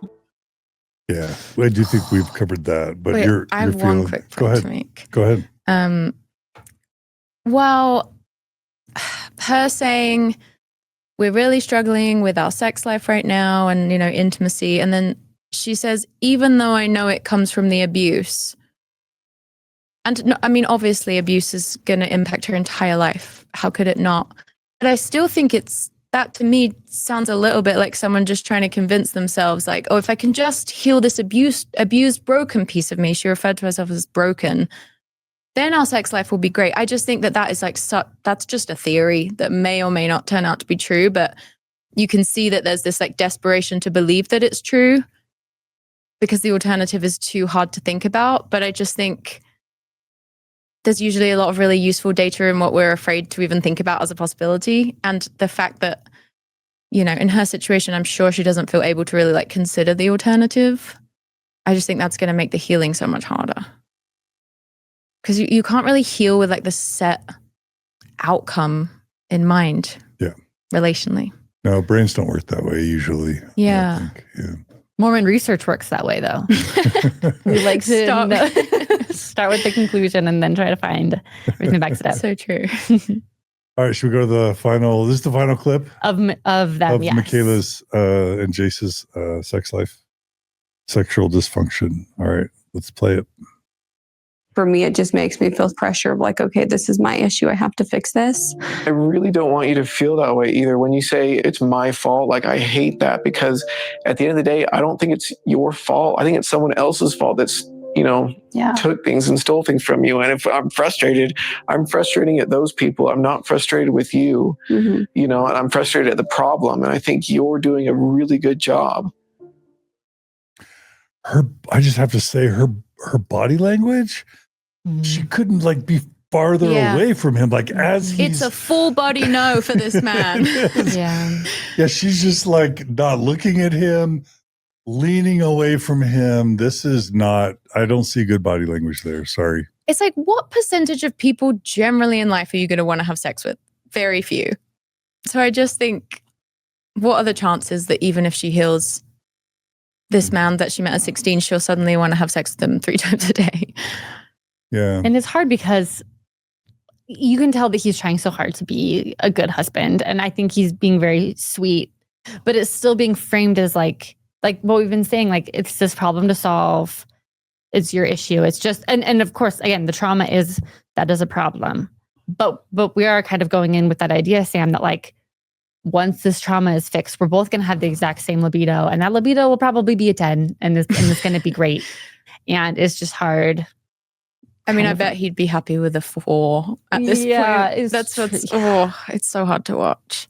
It does kind of seem like part of what makes it so complicated. And who knows, it could be like a chicken or the egg situation, but they're not really having a lot of other connection. Yeah. Like I did think it was interesting, kind of going back to that shots thing that you mentioned earlier, Sam. Like, so they have a fight in the shower, as every couple does. And so were they showering together when they were having that fight? I couldn't tell. So I don't know for sure, Okay. but so they don't have sex, but they did shower together, presumably. Regardless, they get in an argument, and they're frustrated. Mikayla's frustrated because she feels like Jace at a stagecoach, because they didn't have sex. I think she interpreted it maybe as pouting, but he was like not interacting with her. But it seemed like he was like, well, she didn't have sex, so I'm just going to like take the pressure off and just hang with my boys. And it just seemed like even relationally, them not having sex was not a neutral, like, well, it didn't happen today. She seemed to really internalize, we didn't do this thing, and now I feel bad, and now I have to, and now I feel bummed. And he's like, we didn't do this thing, so now I'm going to like Do a shot. and like hang out with this. I don't have any other way of like trying. I'm not going to try to connect with her another way. I'm just going to like pivot. And I can totally see why she would be offended. And I can also see why he's feeling like maybe I'll just take a step back. And it's just, they're clearly not even like emotionally. It was an acting out shot connecting. for sure. Like that's a man who's just desperate for some kind of release from it all. Yeah. And he probably has a good amount of data show it. Like it doesn't seem like connection with her is really on the cards, just generally speaking at this point.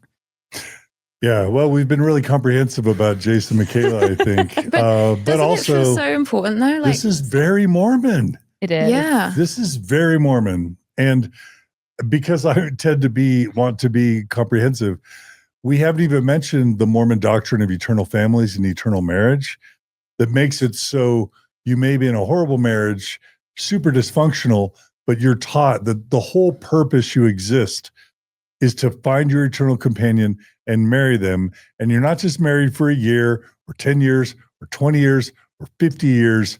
You are supposed to have that marriage last into the eternities.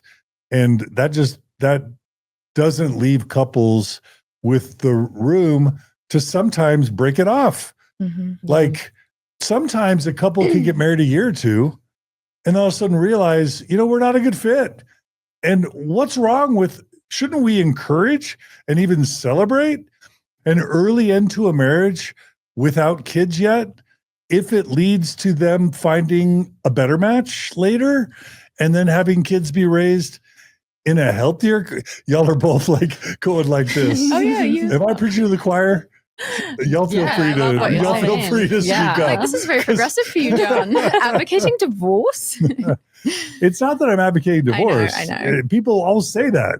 They're like, you guys want porn, masturbating, divorced people. And that's not what we're saying, right? No. But y'all literally maybe have lived some of this, but I don't know what you want to share. So Did you have kids when you got divorced? No. Okay, yes, we Luckily. both got divorced when we didn't have kids. Oh my God, it's like absurd to imagine having not got divorced. Yeah, absolutely. Yeah. Yeah.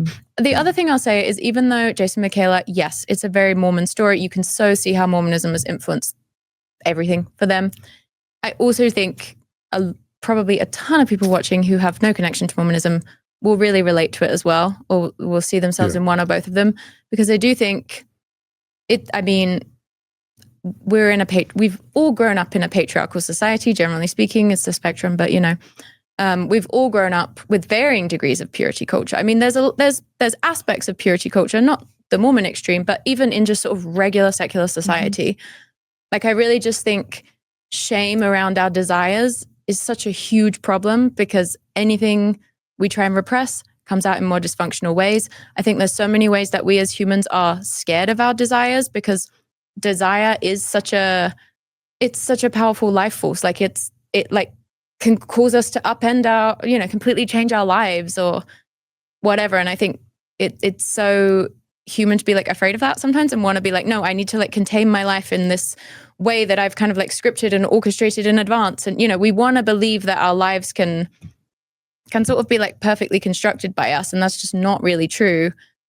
And I really feel like the way that we stop being so dysfunctional is by embracing desire more, not through the lens of like, we're going to do every single thing we have a desire to do, but like being able to take honest inventory of our desires and be like, what desires are like coming up constantly and like have never left. And maybe, there's obviously like probably more significant data in those than just like some fleeting desire you have like on one day. I don't know. There's a lot there. But I do think the Jace and Mikayla thing is interesting to me because I just think it's like a societal problem as much as it's a Mormon one. Which is partially why I think this show is so great. I think like reality TV generally is a bit of a caricature of real life. I mean, of course, there's going to be elements that are going to be exaggerated for TV. And again, that's where the caricature comes in. But all of the elements are elements that are like real human experiences, real human stories. And I think, Mormonism, so many people are going to be able to see the Mormon story of a sexually dysfunctional relationship and of childhood sexual trauma and of sexual trauma period and of like relationship dynamics, despite the potential ethical questions we have on the way that this show was produced and the real life ramifications.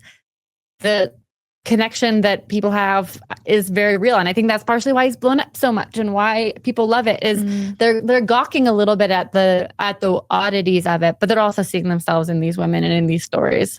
But I think the question that I often get is why Mormons? Why Mormon wives? Why not Presbyterian wives or Lutheran wives or Baptist wives or, progressive Jewish wives?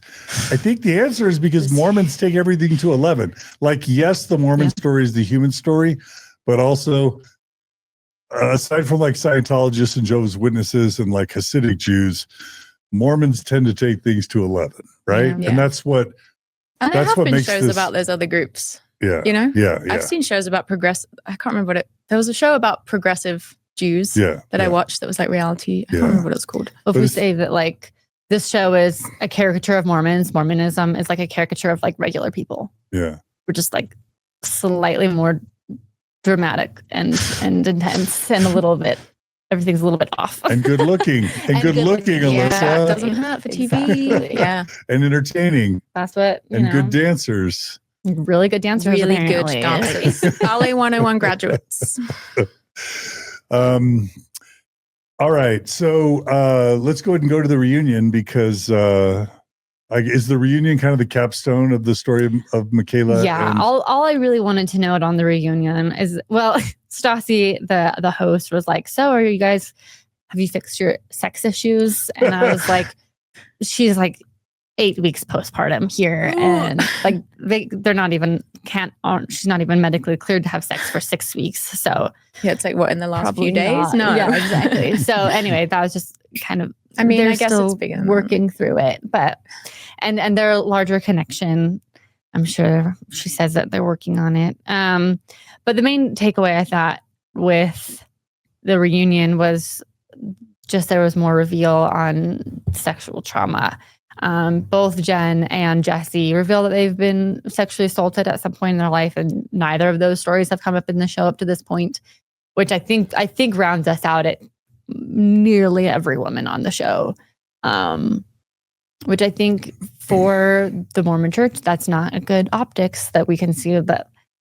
I mean, the rates of women who are sexually assaulted is like 1 out of 3, but on this show it's like 8 out of 9. So we take already high rates and we've exacerbated them exponentially. And Connor opens up a little bit about his own experience with sexual assault, and I thought this was interesting. He said that that made him struggle with intimacy in polarizing ways. He went from not wanting sex at all to hypersexuality, and I think that's an experience that probably a lot of survivors of sexual abuse would relate to.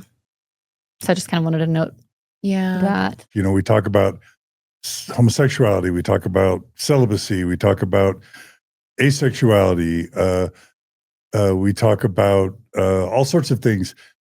We don't necessarily talk about some people maybe not being a good fit for marriage. Yeah, 100%. Like, I don't even think that registers in my mind. I think everybody should be married, right? And that's even a separate question from non-monogamy. Like, there's probably people that are really well suited for monogamy and marriage. And then there's probably some percentage of people that still want to be married, but probably aren't well suited for monogamy. And that just the numbers would have to demand that there's some people that just aren't a good fit for marriage. Mm-hmm. And yet in Mormonism, there's no place in Mormonism for someone that doesn't want to get married. They're going to just always feel every Sunday like they're failing God's plan. Not only is there not a place for people that don't want to get married, you have to get married, you have to have children, and you have to do it all very young. It's just such a narrow role to fit into. And it's a role that works for some people, but there's so many people that it doesn't. And we can see on the show that that's the route that every single one of them has tried, that has worked to varying degrees. It's been interesting because, as I said, I've been with my partner for 8 years now, and we're not married because I don't know, the concept of marriage just doesn't really hold much weight to me. Maybe it would be different if we were trying to start a family or something. But it's been interesting over the years, the number of people that will say, oh, do you think you'll get married? Or, you know, marriage is like a big question to them. And even though me and Jared have been in partnership for 8 years, living together for half of that time, we have like a very healthy, functional, joyful relationship that's very low conflict. It's like that is almost less important to them than this just like concept of marriage that they have in their head. And like really, I mean, marriage is a commitment, I guess, at its core, right? And you're kind of putting faith in this idea that you can know in advance that someone will be your person forever, essentially. And I feel like in my relationship, it's like the reasons to believe that we'll be together forever have sort of stacked up over time. And I feel like a lot of people, it's kind of like a fantasy-based idea to think that you can sort of bypass the need for time to give you that data, you know? So I feel like for a lot of couples when I got married at 22, I like fully thought I'm going to be with this person forever. Like based on what, you know?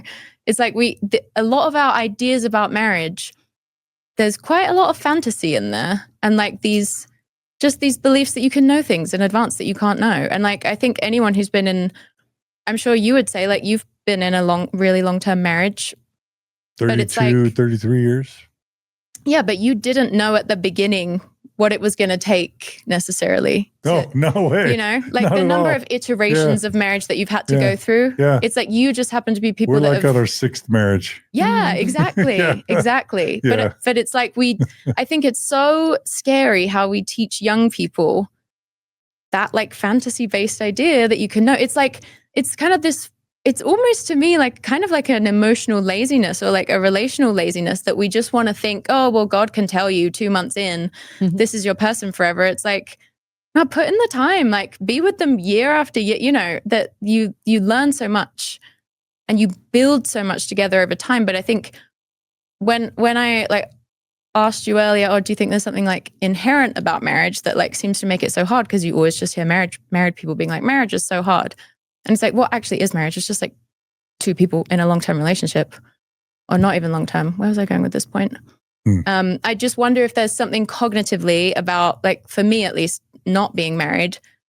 At no point is there any pressure. It's like, in theory, I could leave tomorrow, which I know to some people sounds very unromantic, but it's like, yeah, but I'd never leave tomorrow because this is like the love of my life. And I love the life that we've built together. Weirdly. But I just think built is like the key word. One of the weird, powerful, beautiful realizations Margie and I had in one of our unravelings of our marriage and then rebuilding of our marriage was we both had to reject this idea that we for sure are going to be together forever. And once both of us said, no, like, you know, I'm going to wake up every day and be with you if I want to. And then I'm going to see how you're treating me. And my desire to be with you is probably going to be impacted by how well you're treating me. Like, that's healthy. And we'll see how things go, but it's kind of a day-to-day thing. Weirdly, the minute that we both killed the together for the rest of our life sort of dynamic. That's what I think it is. And decided that we were going to just day by day, we're happier together. We're more attracted to each other. Yeah. And we're more committed to each other. Yes. Yes. Yeah, that's how it's been for us. I heard something at one point that was like, if you get rid of the idea, like think of divorce as always an option or breaking up as always an option, if we tend to take some of our, like a really fragile glass vase and we say, this will never break, this will never be broken. And then you move houses, you're much more likely to, like, if you're saying this glass is never going to be broken, you're going to be much less careful with it. You're going to be much more willing to just toss it around. But if you say this glass vase is extremely fragile, I need to protect it, I need to take care of it, you're probably going to take much better care of it. And I think that, like, when we look at relationships, that can be really helpful. Yeah. Also something to take care of and look at as something that is fragile, and you'll most likely be able to take better care of it that way. That's but a it really is good funny metaphor. too, when, like, thinking about your relationship that you've been together for 8 years, your average Mormon would probably take your relationship much less seriously I know. than someone who got married after 6 months at 18. I know. And I'm like, so many people put so much faith in just, again, this concept of marriage. Like, marriage is just an idea, right? It's like a sort of contract that people, like, come up with, and, well, it's kind of laid out already, but you know what I mean? But see, in Mormonism, it's the proclamation on the family. It's God's anointed Yeah. So I know that they path think marriage for was a like, couple, right? yeah, For all so people, if right? someone thinks it's made by God, I mean, you can't really fight that, can you? But Well, they're Mormon wives, right? But isn't it just funny how so many people would think, who, you know, have known each other for a year and are married, would look at that relationship as somehow stronger, more meaningful, more real than, you know, me being with my partner for 8 years? When it's like, no, there's like 8 years of building that's gone into that. And I'm sure you, as someone who's been with your partner for way longer, you're like, 8 years, no kids, that's nothing, you know? Like, there's just... No. 8 years is a huge accomplishment in my book. I mean, accomplishment, you know. No, like, it is. It's an accomplishment It's in the hard sense work. that...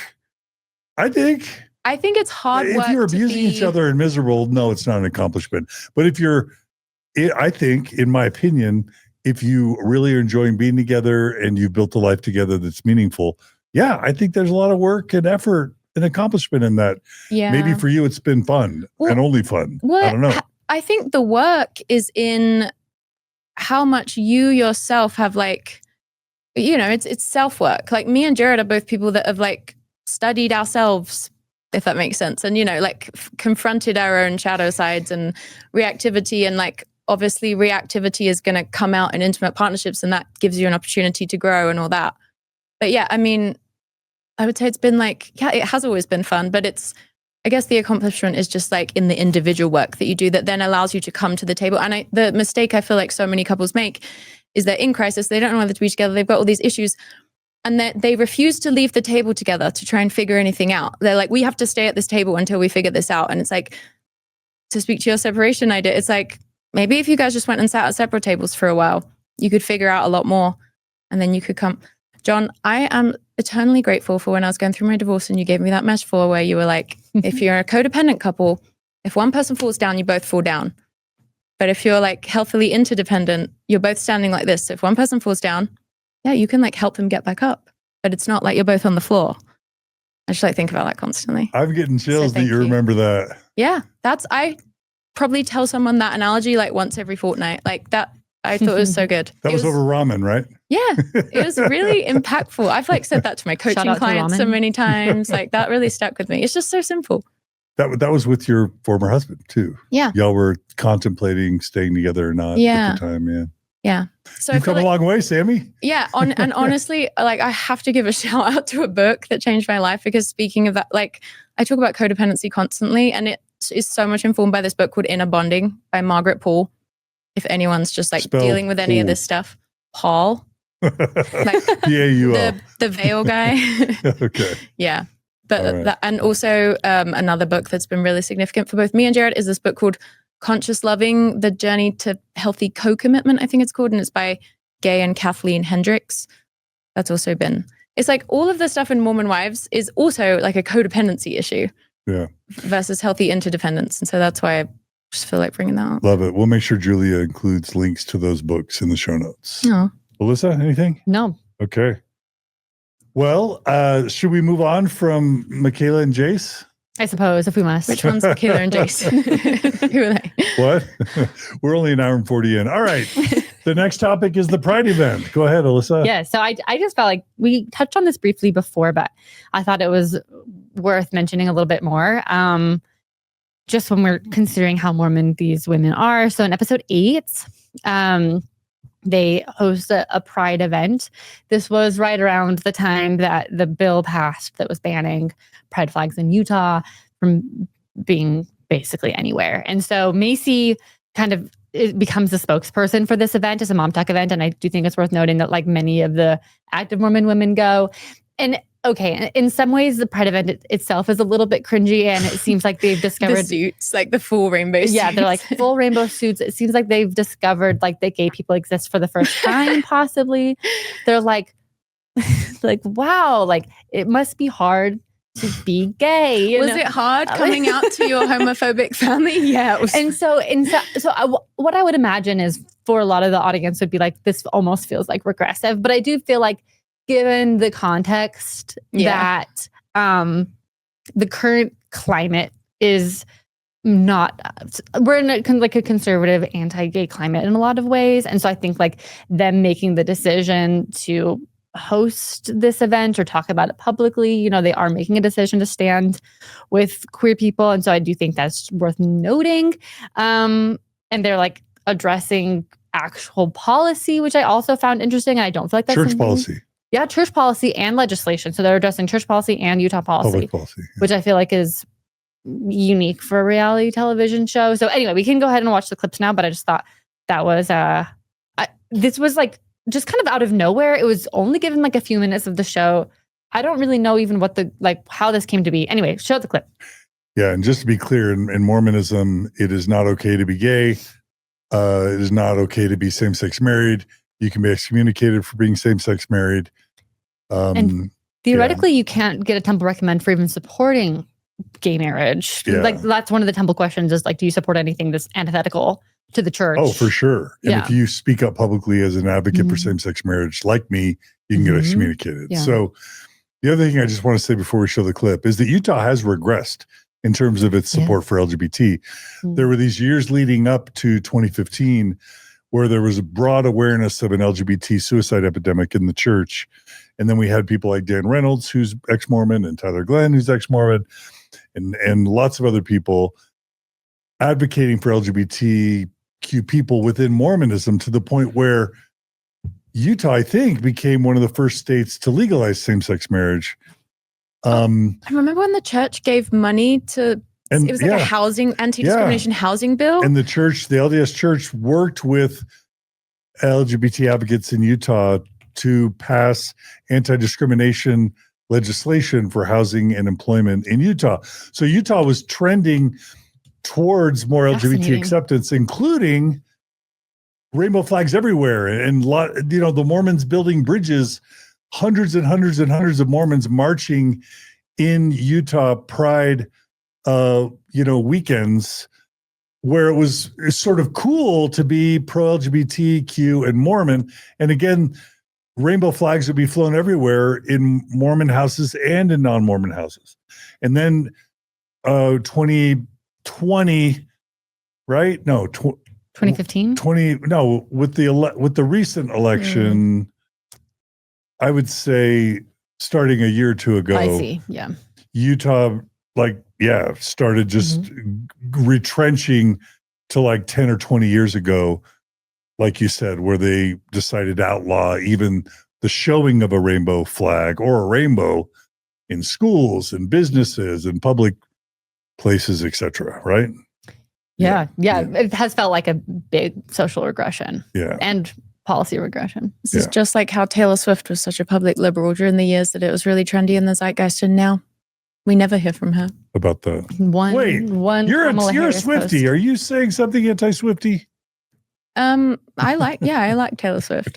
But she's not speaking up anymore about progressive issues, which what does that mean? From a billionaire. You got to criticize your faves. Yeah. No, well, there are exceptions. But I don't think she's a white supremacist. I don't agree with that discourse. But I think she could be saying some stuff when she isn't. All right, let's play the clip.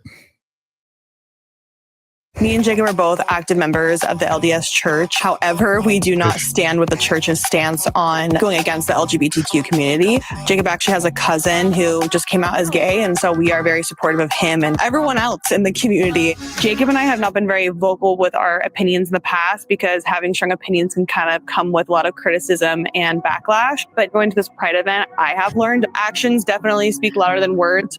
Moving forward, I want to be not just a silent supporter, but also more of an active ally for the community.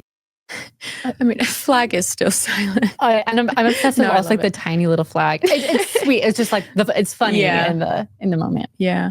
Okay, so what are y'all's reactions to? When she said the church's stance on Mhm. LGBT issues, I'm like, babe, that is the family of proclamation to the world. That is kind of the centerpiece of the doctrine. So I wouldn't say all the more believing women on the show, Jen, for example, in that Mhm. dancer scene, act as if it's just the church's kind of opinion currently. But I mean, isn't it doctrine that men should marry women? Yeah, no, it's Oh, core. yeah. It's core temple, family proclamation, core doctrine. Yeah. The most important doctrine, probably, the Yeah. church would say today, other than priesthood authority, it's heterosexual marriage in the temple.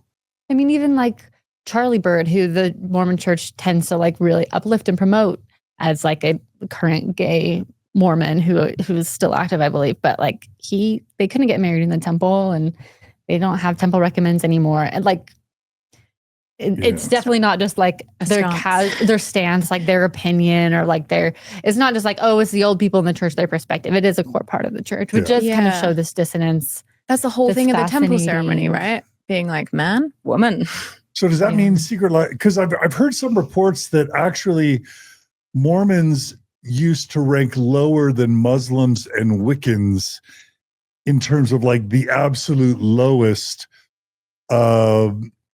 respectability in U.S. culture. We were the worst rated religious group of all. And what I've heard is, by some accounts, because of Secret Lives of Mormon Wives, we've bumped up a few notches to like maybe above Muslims and Wiccans, but still below everybody else.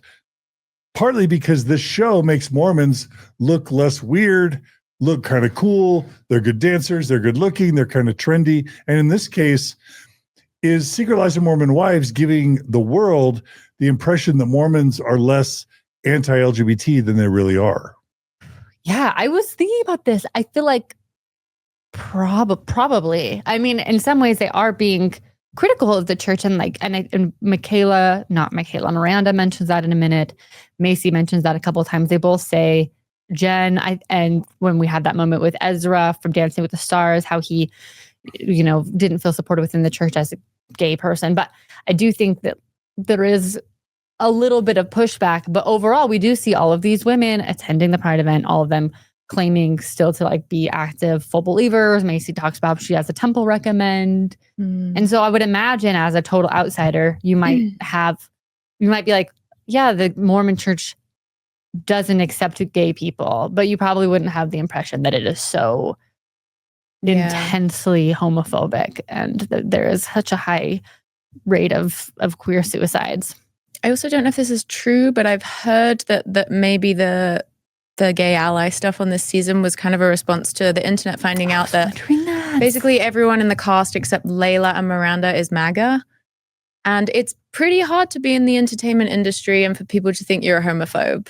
Good point. Which, with the Mormonism of it all, that's like a natural conclusion a lot of viewers are going to reach is like, oh, well, these women are probably all homophobic. Which I was also, that came from a comment that Chase made on a post. I don't know necessarily how reliable of a narrator Chase is, but that did make me like Chase a little bit more. Yeah, I've heard that Chase is liberal.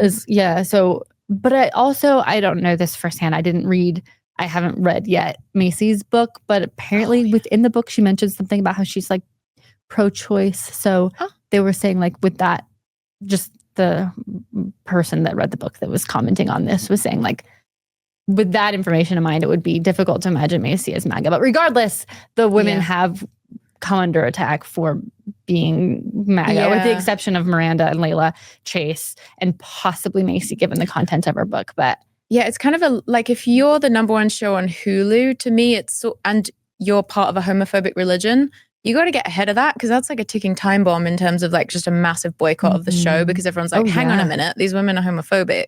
But it is also interesting that none of them have like actually responded against it. So perhaps they haven't seen it as a PR crisis enough to address it head on. They don't want to ostracize MAGA viewership. And maybe they are just MAGAs. Yeah, so they're just MAGA not going to deny it. Yeah.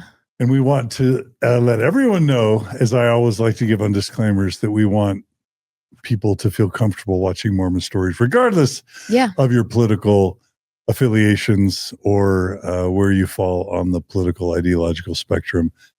When we talk about MAGA or liberal or whatever, we're just trying to be as descriptive as possible, not trying to say we favor or reject one side or the other. Sorry about that. Just describing the comments, the discourse that we're seeing. Yeah. I mean, I don't favor or reject people. I mean, ideas, we've all got our own ideas, but but just thinking of the entertainment industry and how that is so correlated with liberalism, but I would say specifically like gay rights. You know, there are conservatives who are for sure kind of not homophobic. You know, there are people that are MAGA that still love gay people in a way that we might consider more liberal because I feel like for a lot of people, that's kind of I don't know, it's just a big one, you know? Yeah. People can be conservative for a lot of reasons that are like, not that. Yeah. But let's take even I'm thinking about what this is going to look like for the church and all of them on their respective faith journeys. And if they're in the entertainment industry, perhaps they'll also be around more people who are queer than they've been around, that have been openly queer in Utah and in Utah Valley.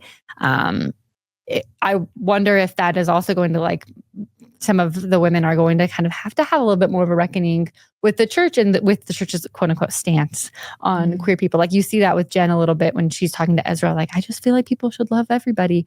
And I would imagine like if you are, as these women are, just originally Mormon wives, stay-at-home moms, and then they're thrust into fame, and with fame means more opportunities, more exposure to other perspectives, that they're just like more lives generally. That also I feel like is going to be a way for many of them to have a faith crisis. Like if there's anything that's going to be like the ultimate moment that is going to cause someone to consider their life and their worldview, I feel like suddenly being flung into a much more expansive world might be that thing. So it will be interesting to see as these seasons progress, how many of them are going to like, they're already like progmo, but it will be interesting to see how many of them leave and are more open about leaving from being on the show and the experience of being on the show. Yeah. As someone who's in touch with a lot of people who end up leaving the church, the LDS church's position on LGBT people is a huge, major reason why tens, if not hundreds of thousands of people have left the church over the past 10 years, 20 years. So it's a thing. So it's cool they're covering it. And maybe it'll help move the needle. But let's go ahead and, should we play the next clip? Let's do it. All right. Do you want to set it up or should we just play it? Let's just play it. Okay. Learning more about the LGBTQ community and the struggles that they face regarding equal rights, it certainly makes me realize how petty all the drama that the girls get wrapped up in really is. And I've certainly seen more acceptance within the Mormon community and the church itself. However, I think that there is still a pretty long way to go. Yeah. Yeah, they frame it as inequality or lack of acceptance. I think it's a lot deeper than that. Yeah, I mean, big doctrinal. And I'm curious what the... I mean, it's full rejection of your core essence and being and a not just a pathologization of your sexuality, a demonization of your sexuality that is tied to eternal damnation, basically. That's so ungenerous. I feel like we've gone from full demonization to simply pathologization. It's the hardest word.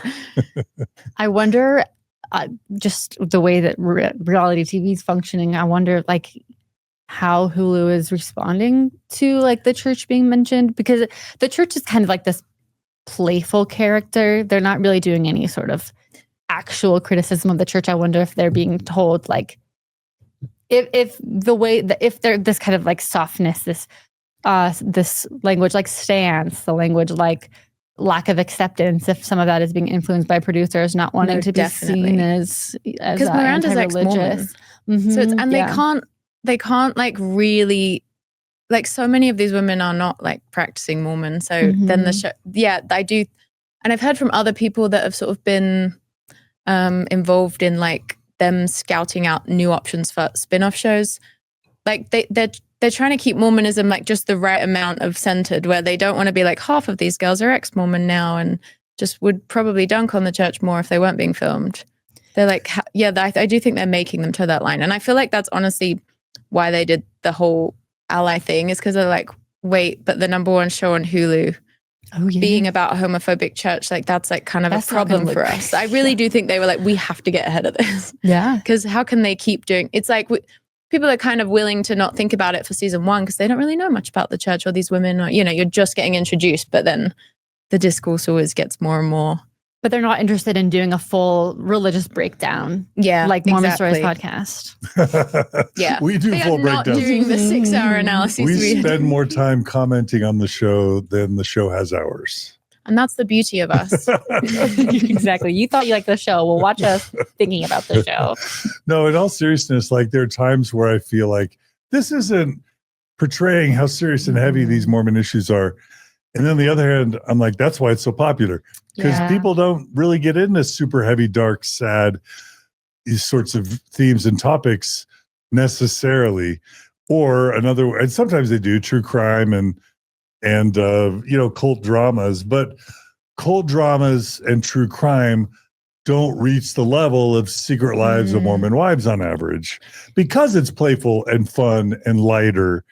And so I guess we should be grateful that they're not as heavy-handed, ham-fisted, at least in part, because that democratizes access to these issues. Yeah, and Hulu knows, and like all of us who are extremely online know, that with anything like this, the real discourse is happening on TikTok, where people are doing like the intense breakdowns. Like so many people, Mormon or not, are doing breakdowns of the Mormon stuff on this show. Hulu knows that people are going to do that like deeper discourse about the show if they just present something light. So it's kind of a win-win for them. Which has been fascinating too, to see so many people like discovering Mormonism for the first time. It's been a thrill. I've never been so happy to have a TikTok account than I am right now. I should be watching people like Googling like, what is Mormonism? You know, and be like, there's this thing called these like garments. Oh my gosh, it's amazing. I'm so glad to be an ex-Mormon in this day and age, to watch people in New York discovering garments for the first time. What will y'all do if this leads to a massive uptick in people wanting to convert to the Mormon church because it's so sexy and cool to be Mormon? That's not. Can you imagine the world thinking Mormons is sexy and cool? And I don't think people are watching. People are watching this show. Have you watched Dancing with the Stars? I'm not watching this show thinking that this is sexy and cool. Are you sure? It's, first of all, it's like these are all. Call her daddy. It's true. Whitney is sexy and cool. I stand by that. Whitney is not cool. Whitney is fun. Whitney is not cool. We can't get into cool. that. She's high school cheerleader cool. I think she's like theater kid cool. She's theater kid cool. To me, she's cool because I was a theater kid and I was a shit theater kid, and she's a good one. So. She is a good one.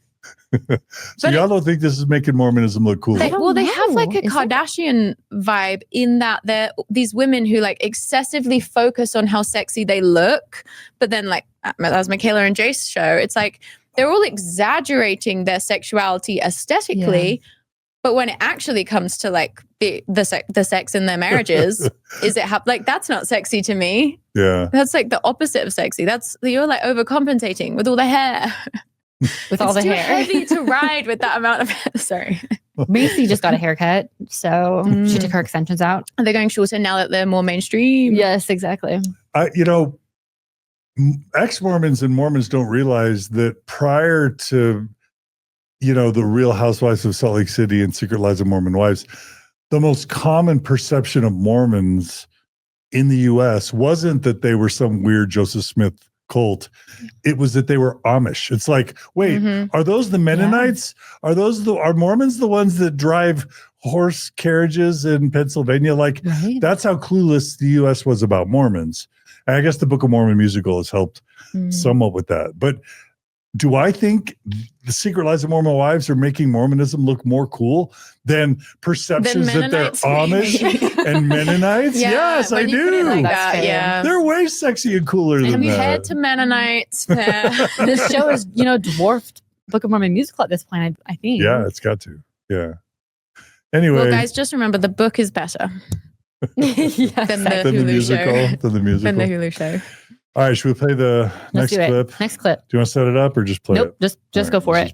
More rainbows. BYU's honor code prohibits same-sex romantic behavior. And I know it's not the same thing, but when I was at BYU, I definitely broke the honor code when I got pregnant out of wedlock. So I feel like I can relate, and I don't think it's fair that the students have to live in fear of being kicked out based on who they choose to love. I do love BYU. I had a great experience there. However, I do think a lot of their policies are outdated and need to be updated to fit the times.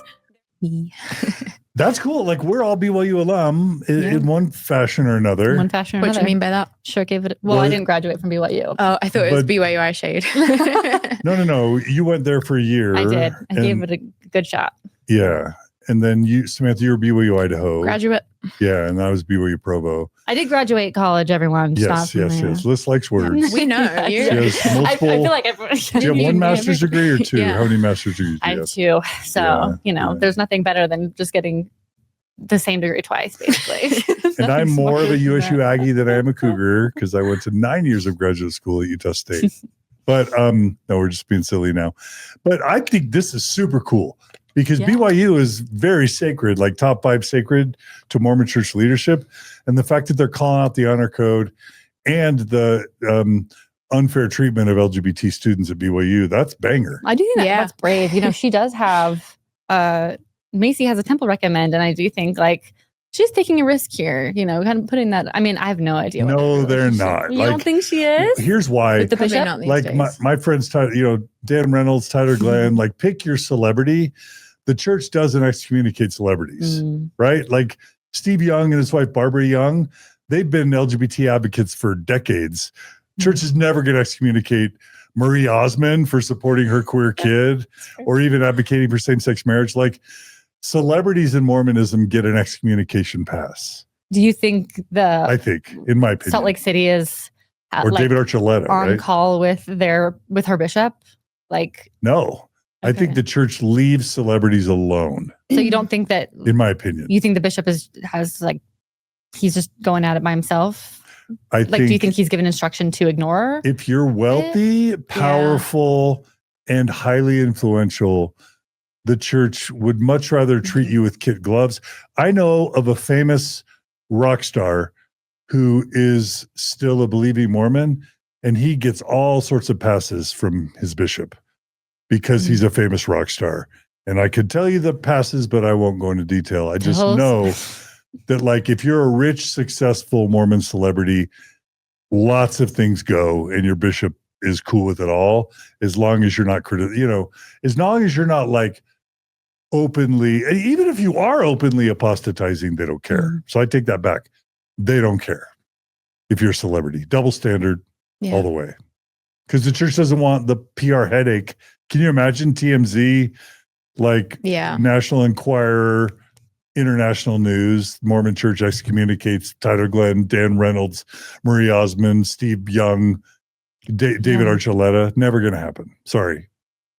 Whitney, Secret Lives, Heather Gay, right? Yeah. Anyway, sorry, I just ranted. In which case, then I guess you could also argue that then they're using their special status for good here. Yeah. To mention the honor code and. I think they are critical. Okay, yeah. I don't know. Oh, that's not how you took it? No, that is how I took it. Okay, yeah. Okay. Yeah. We're all aligned. Yeah. All right. Let's see. Does that close out kind of the LGBT portion? Okay. Yeah, let's bump down to the Demi storyline. Okay. So wait, we're gonna miss the garments comment from Jen. Oh, do you want to do the garment comment? I'll just play the clips, even if we don't talk about them. That sounds good. Okay, is that all right? Yeah. I know you probably have to go. So we'll go fast. It's really hard not to combine both culture and like the religion itself. And I feel like the culture and like the traditions of the church have hurt me. Yeah, they hurt me. Yes. Yeah. And I definitely have gone through my own like faith crisis. I feel like I have looked at the church as like, you have to wear your garments. You have to show up to church on Sunday. You have to act and be a certain way for people to love and accept you and for God to accept you. I just don't feel like God really cares if I'm wearing garments or not. Whoa, I'm glad we didn't skip that. That's a big one. Garments are very sacred to Mormons. And I can't believe she just called the family a proclamation to the world, the culture. I'm like... Or the temple requirements of wearing your garments. She's like, I totally get what it was like being gay in the church because I hate wearing my garments, which is valid. It's not the culture, it's the doctrine. And it is interesting that she's like, I used to think that like you had to wear your garments. Like, well, that is kind of what the church is. That is what the church says. You still kind of probably should. Yeah. By their logic. I mean, but I'll also say that what we're seeing in warp speed in 2025 is the church loosening its standards. So women can now have multiple piercings in their ear. Tattoos are no longer stigmatized. Garments are being, refashioned to be able to show shoulders. Like Mormon brides can now show their shoulders, which they never could do before. The temple ceremonies being shrunk, shortened, more Jesus focused. They're taking out a lot of the horrible misogyny, like I mean, dogs and cats are sleeping together. Like caffeinated beverages are allowed at BYU Idaho. Samantha, can you imagine that? When you were BYU Idaho, could you have a Coca-Cola with caffeine? No, I had to get on Adderall. Or drink Monsters, right? Absolutely not. Yeah. So, and then the church is totally giving people a pass for cannabis, for mushrooms, for psychedelics, for ketamine. Like, in some sense, she is reflecting the way the church is moving. Or am I wrong, Alyssa? No, I think you're right. It is interesting. I think with garments in particular, I think that change has definitely not been formalized. I think they took, like For the Strength of Youth, they took out the language forbidding multiple piercings, tattoos, things like this. But I do think like the expectation is still to wear your garments, but my understanding is that they were just being a little bit more flexible on how much they're following through with that. And like, I don't know, it seems like once it's started becoming more common for people to wear them less, bishops are kind of stuck in a hard place because once you take someone's recommend because they're not wearing them every day, now you have to take everybody's recommend. It kind of is like this it's a community, herd immunity. Everyone just quit garments and you guys will be fine. Yeah. They can't come for you all. Think of all the Mormon young women, and we all know that over the past couple of years, for the first time, not just in Christianity, but in Mormonism, there are, I think, slightly more men attending church than women, which means that Mormon young women are leaving the Mormon church at a higher rate than men are in 2025, right? Yeah, and that's new, right? I think that's new. In fact, they just lowered the mission age of Mormon young women to serve missions to 18. And we all know why they do that. Why do they do that? Because women can be Jezebels in that year period. And you got to tighten. Between high school and college. Yeah. No, they're losing too many young women. So they got to get them on missions right out of high school or they'll leave the church, which they're doing. Do you think shows like this make women feel more empowered, make them feel like the standards are less important, to then make them feel like, hey, I like our Secret Lives of Mormon Wives and Real Housewives of Salt Lake City contributing to mass young woman Mormon disaffection? Well, I mean, they're telling the women that they're smashing the patriarchy. So we're being told we're being empowered over and over and over again, and that you can be a feminist and smash the patriarchy and be a breadwinner and still be a Mormon. So why'd you just air quote their feminism? I think they've started they're baby feminists. They're baby feminists. Yeah. They're like, as all we tend to do in Mormonism, we're like a decade and a half behind, but on the right track. Sammy? I have nothing to add. Okay. Yeah. So what I heard you say, Alyssa, is yes, this show is probably accelerating more young women leaving the Mormon church, or at least lowering their observance.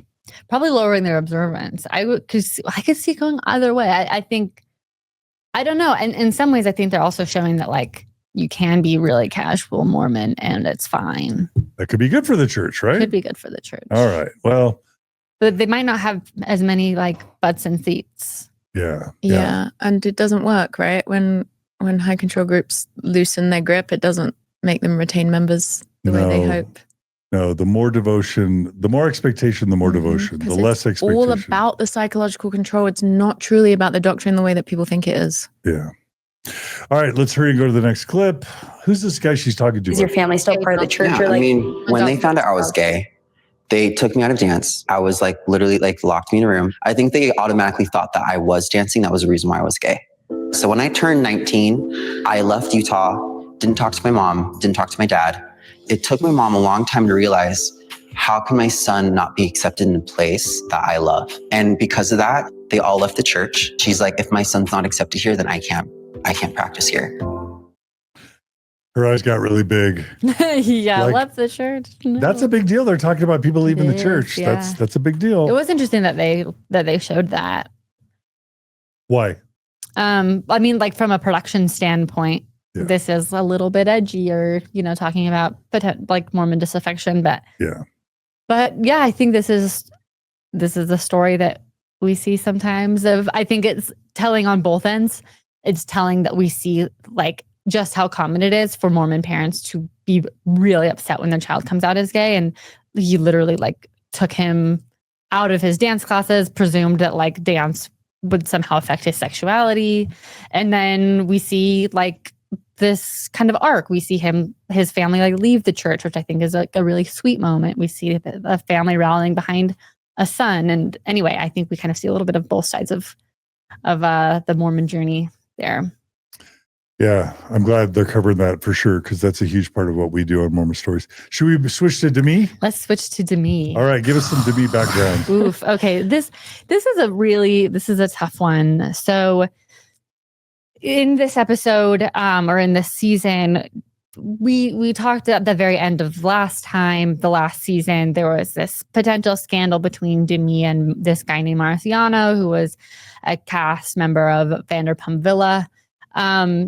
Basically, Marciano is the man that Jesse had an emotional affair with. There was a potential that Demi and Marciano like kissed and had a little bit of an affair as well. So a lot of the first half of the season is Jesse and Marciano talking about their affair, and then we kind of bump into Demi talking about her potential relationship with Marciano. But at this point, she denies ever having a relationship and is saying that she was sexually assaulted by Marciano. And the back half of the season turns into like them trying to litigate whether or not she was actually sexually assaulted or not, and it has turned into a big mess.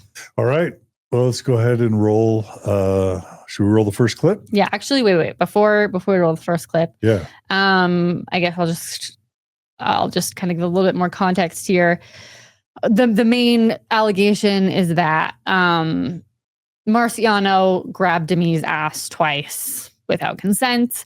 But we do know that, and the women all have like varying reactions to this, but we do know that Mayci and Mikayla have both been like very traumatically sexually assaulted in their life. And so that's what both of these clips are in response to, is that Demi is looking for support from them because of their life experiences. All right. Let's roll that. Let's roll the first clip. Demi brings up my past history with abuse, and it feels a little inappropriate to me because our situations are so vastly different. I was in an abusive relationship. I was abused, choked, hit, pushed, all these things. And this situation is so different than what she went through. So to me, it almost feels insensitive that she's trying to compare the two or use me as a scapegoat for what she's going through.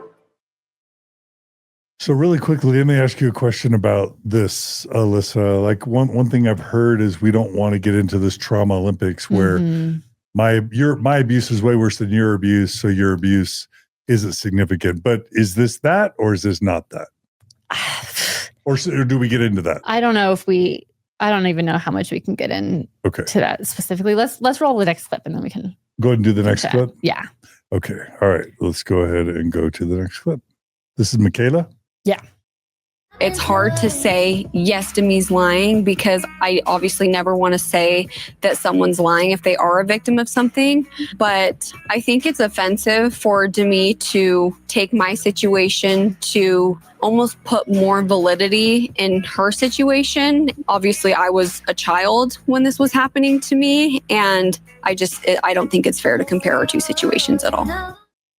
I feel like one of my main takeaways about this whole storyline is I'm really just frustrated with producers for making this story half season, because we're essentially set up with two options.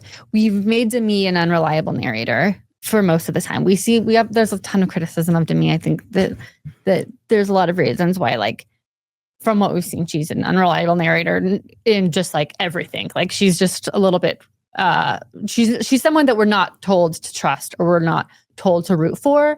And so then she brings up this sexual assault, and basically then like the back half of the season is like the viewers being shown like the women all trying to litigate this story, and then the viewers are kind of told by the end that like they shouldn't believe Demi. And like I think we're put in a really tough spot as like the cast members and the viewers, because it's like, okay, now the main storyline is to not believe Demi, which I think, again, just like considering the way that women aren't believed anyway, it just feels like even if Demi isn't being honest, whether or not she's being honest, I just hate that the producers were like, yes, we're going to run a storyline of a woman who is like seen as an unreliable narrator. And like whether she is or whether she isn't, I just don't understand why we had to make like a whole back half of the season about that. And also why we put like so many of the women in the position to like publicly comment on whether or not she was sexually assaulted. And they were asked that very directly. And I just felt like that was just an icky move on their part to even like make that such a headline. Valid. Samantha? I have something to say that I don't know if this will be controversial.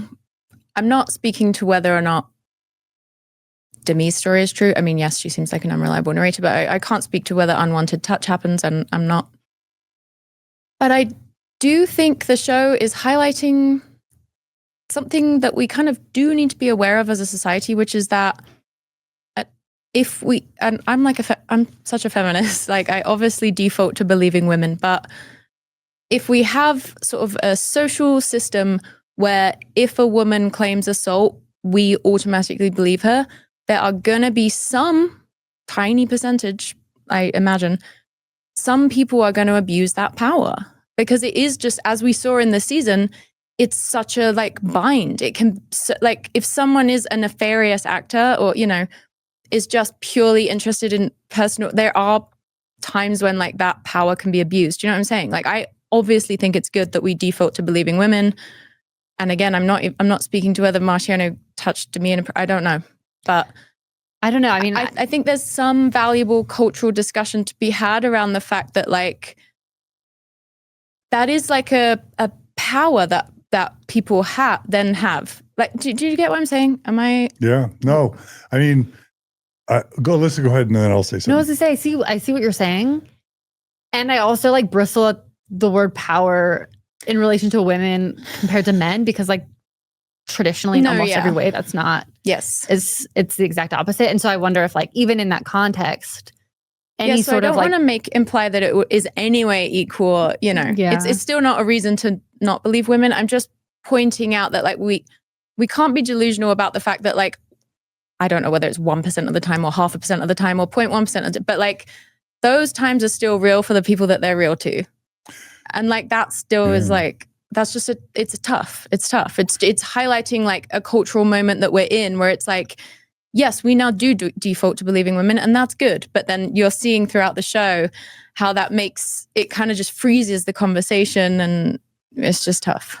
No, it's tough. And this is actually very personal for me, because I've never talked about this. Most of my viewers have no idea, but I was falsely accused of sexual harassment It was 100% made up. There was zero truth to it. It has all been proven in a court of law that it was made up and defamatory. We won a judgment. We were awarded $1.2 million, which we haven't collected. And I've never mentioned it once on Mormon Stories to this day. Why did I never mention it?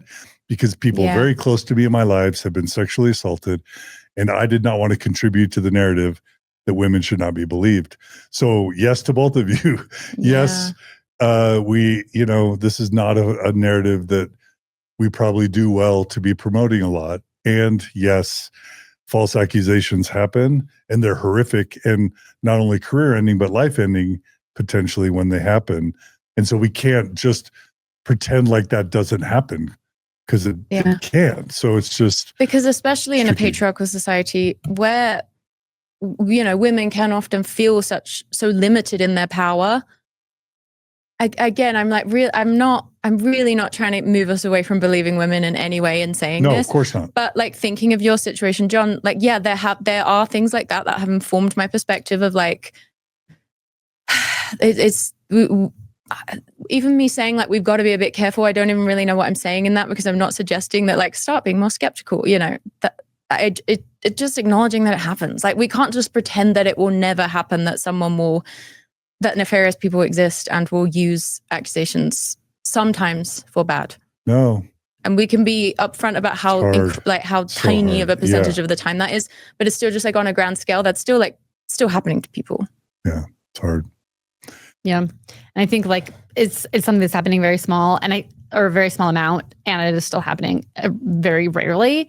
But I think that's partially why I'm frustrated that it is taking up half a season of this show. Yeah. Because so many of these women have been sexually assaulted, and that's been talked about. I don't think that like sexual assault needs any more space on this show. It's something that already has a lot of space, and it is something that we can't ignore because it's something that is happening to real people's lives, so they can't like edit it out fully. But I did feel like the producers were like amping up this narrative, like, we don't like Demi, we don't trust her, and I just feel like, why are we putting all these women in this position where they need to like publicly litigate whether or not they believe her? That just feels like, from a producer standpoint, so inappropriate. I think like generally like our societal impulse to feel like we have to all like collectively litigate things is not ideal. Like, we all just need to decide and they keep saying that, like, do we believe her? Do we not believe her? We need to decide. And I was thinking, like, do we need 5 episodes? There's got to be a third dissecting way. this. Yeah. Does this even need to make it to screen? Can I say another controversial thing? I genuinely just want to know what you guys think about this. Do I want to be on air with Sammy? No, let's do it. We need to talk about stuff. I'll just say before you say this, I think one of the reasons why, I think we all probably agree that in U.S. culture, U.S. political arena, there's a benefit to having two sides, two viable political parties that help push, hopefully, ideally, conversations and rhetoric and policy more towards a moderate middle ground. And regardless of where you are politically, we've seen the evisceration of the Democratic Party and of leftist politics. And I think it's partly because the left in some areas has gone too far. I just think it's always good to maintain a little, however strong in a belief you are. Like, I fully think we should default to believing women, but it's always good in anything to have just a shred of like healthy skepticism. Yeah. In certain situations. So the controversial thing I wanted to ask you guys about. So Demi's the alleged sexual assault was that he grabbed her butt, right? Yes. So I don't know. Again, I wasn't there, so I genuinely don't know, and I don't feel like any of us have to like have that much of an opinion, if that makes sense. Sure. But to me, if someone is really flirting, if it sounds like Demi was really flirting with Marciano in the villa, right? Like, other girls testified of that. If there are two people and they're really flirting a lot in a situation, and she's like touching his arm a lot, and like, I feel like an unwanted butt grab can be like a misjudged, like, flirtatious move that to me is like more, potentially could be more of like a miscommunication than an assault. Like, I don't know. And I guess maybe I feel more like that because I see her comparing it to all these girls, like really heinous sexual abuse history. But I'm like, I don't know the energy that he had, or I don't know anything, but it's just like, I feel like people grab butts when they're flirting sometimes. That's generally not something that someone will be like, can I touch your butt? Like, that's usually not like an explicit verbal consent thing. I feel like that could just be like a misjudgment on his part. I don't know. Like, I'm like, is that necessarily sexual assault? That's a great question. Again, like, we It's a can't great really know because question. we can't like see it to sort of get a sense of it. But I mean, there's a part of my Mormon brain that's like, nobody's ever grabbed my butt and I've never grabbed anyone's butt. And that doesn't happen in this world. But that's, again, you never had a friend that's grabbed your butt? not a woman. Yeah, fair enough if you're a Mormon husband. Yeah. But I mean, I wonder, Samantha, if you're speaking to this puritanical, sexually repressed Mormon culture. I don't know. I have no idea what goes on at frats and sororities in Big Ten or SEC schools. And I'm not saying that unwanted no butt grabs are okay. That is definitely not what I'm saying. I'm just saying that, like, in flirtation, sometimes there's going to be some misjudgments, and I feel like can maybe be like a little bit of space for that doesn't just immediately leap to sexual assault. Again, wasn't there, so can't fully say. But another thing I thought while watching Demi throughout the season was, I fully believe her that she's experienced a lot of shitty treatment from men in her life, probably worse sexual abuse than she's claiming from Marciano. I don't know, that's just a guess. But so it wouldn't surprise me if like these decades of like shitty treatment from men is like really kind of coming to a head in this one situation where maybe she's blowing it out of proportion. I don't know. Like, is that not a possibility that we can sort of like transfer a lot of our like historical woundedness into like a new situation where maybe it's not quite warranted at the level that you're like claiming? Yeah, I mean, what's so odd about this is, on the one hand, like I've said, we're spending half a season literally dissecting this and trying to litigate it, but there's not really any new information that we're getting. We don't understand the context. We don't understand. We just know it was off camera. And that he just filed a defamation lawsuit. But the thing that was confusing is, well, I just briefly read like a People article about it, so really need to check my sources here. But it seems like a lot of what he was saying about the defamation lawsuit was like, we did kiss and it was a consensual kiss, and I was like confused that he kept referencing the kiss. But her claim was that it was the butt grab. I don't know. But I guess that's what I mean by like, if you guys were kissing and then he grabbed your butt the while kiss kissing altogether. Yeah, I don't that's know. where I mean, based on what we saw on the show, she does seem like someone that like would lie about the kiss. We do not know, but again, like, people grab each other's butts when they kiss, and like maybe that's unwanted, and like a person obviously deserves to speak up and be like, hey, don't do that. That's not cool. We're not there yet. Like, I'm again fully against unwanted touch. Like, but I don't know. The whole thing is just so icky.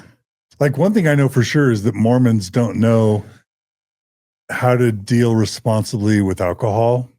Yeah. But was she drinking? Did we? We know that Jesse was. I don't know about Demi. I'm sure Marciano was. I'm just saying, I can imagine there are all sorts of standards and mores you learn in normal, healthy, fun / adolescent / adult / I'll just say party culture that Mormons probably don't learn because it's all no, or hidden or dark or secret. Yeah. Is that possible? What would be Let alone with just the idea of consent? Has any Mormon ever been taught what consent is and what the principles and standards of consent are? Ever?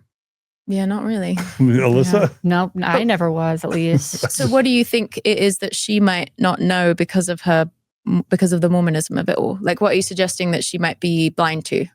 Well, I mean, I have no way to have visibility into what did or didn't happen or whose opinion.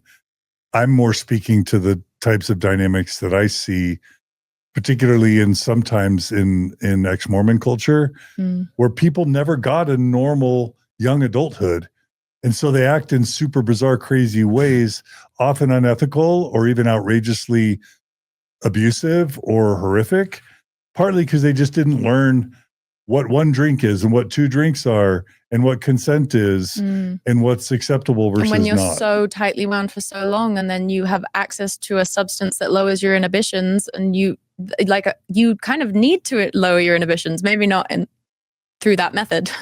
Yeah, I don't know. So we're speculating. Yeah.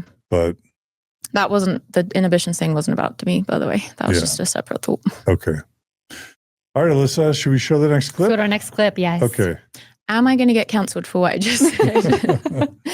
I agree with Demi that unwanted touch is unwanted touch. And Yeah, like, again, our uncharitable listeners in bad faith are always going to say, you guys want all these horrible things. I know. Part of what I was also feeling like frustrated by with the discourse overall is a lot of so taking like her particular situation out of it, and like the women already distrusted me for a variety of reasons, and so it adds this like really complicated dynamic with the scenario. But a lot of what she's saying for abuse that we know is actual sexual abuse is valid. Like, she's saying the way that you behave with a person before or after does not negate the fact that like abuse can happen. And so I think that was also where like that's what made it so murky and icky. Is a lot of the women, like, rather than just saying Demi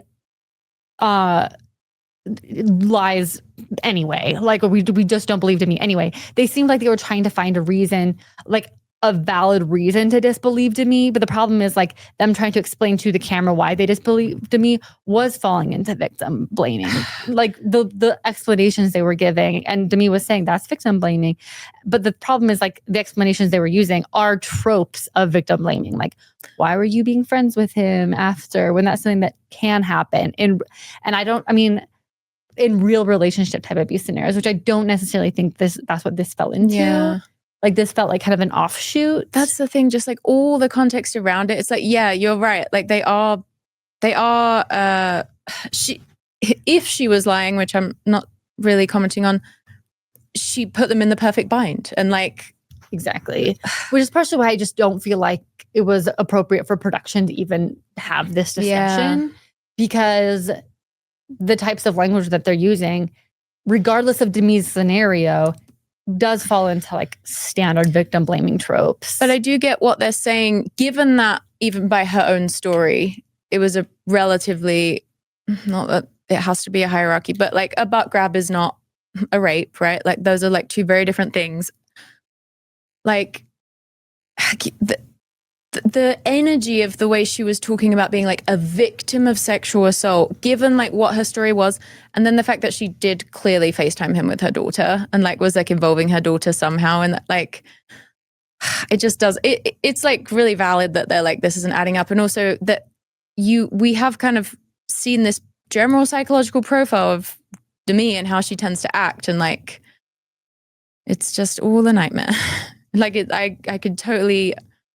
Also, this single thing that's been frustrating me the most, she does this thing all season. Unwanted touch is unwanted touch. And then when she's arguing with Miranda about another situation where she totally exaggerated a physical interaction that happened, even though I still can agree that like Chase maybe was bringing an aggressive energy, and that's still so valid as a woman to be like, ugh, by that. But when she was saying to Miranda that she shoved Miranda in the exchange. So she's like, not even consistent in her, like her whole thing is unwanted touch, unwanted touch. And then you shoved Miranda without that being wanted. Like, you did to Miranda what you claim Chase did to you. Well, she did what she thought was worse than what Chase. Yeah, exactly. Yeah. So that's why it's just all like, come on. Like,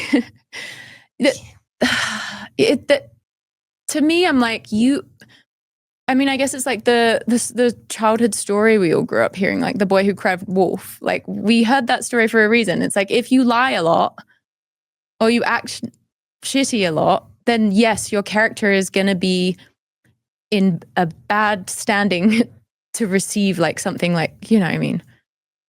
Sorry if I've just been talking about this too much. No, I mean, it's just, I think to me, it's just like generally just a very unlikable. She just becomes more and more unlikable as the seasons continue. But I do really believe that she has been mistreated by men a lot in her life. And I'm sure that's playing into all of this. So she is like a victim kind of no matter what. Yeah. And it does seem like regardless, like the situation with Marciano was at least concerning a miscalculation or regret or an awkward moment, and at most an assault, and it somewhere I also feel like she could have had so much more credibility if she would have just admitted, like, yeah, I did flirt with him a bit too much. Because that just seems like it's not really up for debate based on the other accounts. It's like you're making yourself look less credible because you're like, no, I talked to all my friends about swallowing their cum. It's like, I don't know about that. Yeah, right. Like nobody else seemed like they had that relationship with her. Yeah. I don't know. Do you have anything else you want to say about Demi? I feel like I've said all. Should we play the next clip? Well, that's just like an example of. Okay, we don't need to. We can probably skip that one unless there's more that you wanted to say. No, I've said too much already. So we're going to bump down into Taylor. Okay. So this is where the season ends. Okay. We can just play the next clip about Play what the clip? happens. Yeah. All right. Taylor, this is Taylor Franke. This one is Jordan telling Jesse about All right. Dakota. Oh, good. Jordan. During one of the times they were broken up, Leanne's friend reached out to him and was just like checking in on him. You know, he felt like it was a safe place, and she started like hitting on him, and it kind of turned sexual. From what he told me is that like she started like kind of coming on to him and like fed into it, and then when it was time to like actually hang out, like he's like, I shut it down. Wait, which friend of Leanne's? Like, who was it? Oh my God. That is so bad. It doesn't matter if you've been broken up or not. That's like Taylor's family. Like, that's a big deal. So true. That's a big, your family friend. No. So this is the big scandal is Dakota's like, I will tell nobody except for a cast member on this television show. Oh, Dakota. So yeah. I mean, that's basically it, is that Dakota was sexting. They go back and forth. Oh my gosh. They go back and forth. And this comes up more in the reunion on what the specific scandal was. But Dakota sent a silhouette photo, which we will refer to as the silhouette scandal. A shirtless silhouette Kate. A shirtless silhouette photo to Taylor's mom's friend. And anyway, basically sexting Taylor's mom's friend, which is so inappropriate on so many levels. And this blows up their relationship. And this is Taylor finds out about this right before she goes on Jimmy Kimmel, which is like the biggest events of her career. And apparently this also had happened 2 years earlier. So he had just been like holding on to this detail for literal multiple years. What was your take? I'm going to be there's no world where I'm just not going to be hated for my controversial opinions. But I mean, yeah, that's so messed up to flirt with Taylor's family friend. That's not cool. But I do, a little part of me feels sorry for him because I'm like, they were broken up. It's to me, it's like it's leaky sexual energy between these two people. Like it sounds like nothing really substantial happened, but there was like this leaky sexual energy between them, which I fully agree is gross. And if I was Taylor, I'd be like, ew, never talk to me again. Like, so like all the empathy in the world for that. But I'm like, a man who's down bad and a woman's being kind of flirty with him by text. Like I don't think it's good, obviously. But again, just thinking about how the men are all victims of purity culture too, and I don't know. I can understand why he sat on it for 2 years because I could see how he would not really think it had been enough of a thing to be, because they never met up. I don't even know if sexting happened. It just seems like maybe it was like a bit flirty. It was the shirtless silhouette. Yeah, he sent a shirtless silhouette and she sent a bikini picture. Like truly not ideal. So Taylor, if I was Taylor, I wouldn't want to talk to him ever again. Oh, but I do feel a little bit sorry for him for how big of a. So I'm like, these two people are clearly both very like relationally broken and wounded and like struggling, and like as someone who loves attention, I could totally see myself indulging in some flirty banter in a moment where I'm down bad and I've been broken up with. Oh my God. It just feels like a poor sex idiot in this. Sex idiot. And I mean, maybe it also gave me, like with the whole Jenna stuff where it was like, they weren't an exclusive couple when he had a thing with Jenna. I feel like Dakota genuinely like really likes Taylor. Like they have something. There's something between them that is real. And I feel like he knows that he can't quite meet her standards for loyalty. And of course he's going to sit on stuff because she is so volatile. Yeah. Like she's not the type, like if I was dating a man and then he was like, oh, by the way, in the beginning when we went exclusive, I slept with someone else, I'd be like, that's stings, but okay, we weren't exclusive. Like, oh, you know, but with Taylor, you know, it's going to be a meltdown, relationship ending thing. So I feel like given that he seems like he just wants to be with her. I know. He's just trying to be with her. He just makes really stupid decisions. Yeah, that was so dumb. And now she's going on The Bachelorette. Now she's the Bachelorette. But apparently she was sexting him before the reunion. He made a comment in the reunion about how Taylor was, and presumably the reunion after the Bachelor. Oh, maybe it was the Bachelorette's filming right now. Actually. Oh, so the reunion was before she went on the Bachelorette. Yeah. Okay. I feel like, I mean, I don't think anybody's arguing that I've seen at least that it was cheating because they weren't together. Yeah, but it was just the family. It was just family friend. Just a bad move. It is funny, unfortunately, that like Taylor's family in season 1, season 2 have been so defensive of Dakota and have been like, you need to make it work. You need to make it work. And then they do something that offends Leanne, and that's like her deal breaker. She won't look him in the eye. She's wearing her sunglasses. Like, I mean, of the things he's done, this is not. It's super inappropriate. But I can't with like the dad who's like just been so heinous in previous episodes, like slut shaming his own daughter. Yeah. Then the dad is in here at the reunion trying to have some sense of like moral superiority over Dakota. I'm like, at best, you guys are cut from the same cloth. Like, let's not act like, yeah. Wow. When you're 3 hours into the Mormon Stories episode and you're just hyperactive. Should we play the last clip? Let's play the last clip, yes. Did you want to set it up or? Oh yeah, this is a pivot. This is this last thing that they're Dakota and Taylor's baby. Oh, okay. So I guess Dakota goes on strike on the show. He's really upset. He's embarrassed. Taylor's like, I never want to talk to you ever again. He's embarrassed. And so he's like, I won't film if this is going to be discussed. Unfortunately, this seems like an odd move on his part because it's already been discussed on camera. So now he just can't be a part of the narrative, but whatever, he's on strike. And so now it's time for their baby's baby blessing. Taylor wants to bless him in like the traditional Mormon way, but Dakota says no. So anyway, they just chat about the baby blessing here. That's what this clip is for. All right. Baby blessings, very ubiquitous in Mormon culture. Baby blessing, just the worst little prayer. Are you going to still do the baby blessing? I'd like to. I mean, I wanted Dakota to kind of plan it out, but he's not even filming right now. He's not at all. He's refusing to film if we bring the story up at all. Oh, wow. Dakota and I had planned on having a baby blessing forever, but in the church, we can't do a baby blessing without both of us signing off. And he is hiding away, which sucks. So he's on strike. Don't blame him. Strike. And so he's on strike. And so they end up doing a blessing of comfort. They just like make it slightly less formal.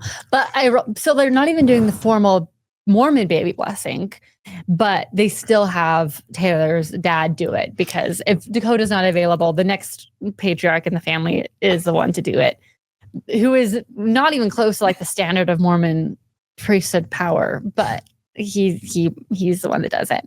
But I was curious. Sorry, actually, do you have anything to say? You respond first. I don't want to prayer shame, but when Taylor's dad gave the prayer, I'm like, that was surely just like the little opening thing to the actual blessing of comfort, right? Like that's not the sacred religious ritual that we all gathered here together to have, like that shitty little prayer. Like I'm just like, your heart is not with God, sir. I can even tell. He hasn't seen enough baby blessings apparently to like really get on his soapbox there. Yeah, I was so confused by that. I mean, every other baby blessing I've been to, the man is like so excited to have his like 5 minutes of glory. He's like, I'm going to address every possible thing that's going to happen. But it felt like a quick meal prayer, like the kind of prayer you do before class at BYU Idaho before you eat like donuts at church. It didn't feel like this was like a Why did we not include this clip? I want to see the clip. Like, shouldn't you revel in this moment that you have? He's not an orator, and honestly, me neither. So fine. Well, of course you're not. You're a woman. But. Yeah. So there was a big reunion after show, and there was a lot of drama there, right? Sponsored by Dunkin' Donuts. I thought we were going I thought we might cover some of that, but is there anything worth mentioning? It was the worst reunion, truly. They barely got into anything. They just sort of like skidded by every issue, and every time it got close to hitting any kind of new depth that we hadn't seen throughout the season already, they just moved on to a Dunkin' Donuts ad and then segued into the next thing. So it kind of felt pointless. So it's hyping season 4, basically. Yeah. Basically, it'd say, we can't talk about that. We can't talk about that this time. Season 4 has been purchased, right? It is, yes. Yeah. It's filming. It's playing in like March or something. Oh, wow. Yeah, they're going quick. So they're Can't filming wait. now? We're going to be back in the Yeah. studio so soon. No, exactly. John, you have to catch up. I'll catch up. I've been busy. Doing what? The church is trying to, the Getting church is sued by a threatening to sue me. multi-billion-dollar organization. Yeah, the church is seemingly threatening to sue me. So I've been a little busy. Anyway, hopefully that'll be under control. Dude, there's soon. nothing more decompressing than like watching just more narratives of like sexual assault. on Yeah, the it sounds like a fun screens. watch. From what y'all are saying. Exactly. Real thrill. Any summaries you want to make?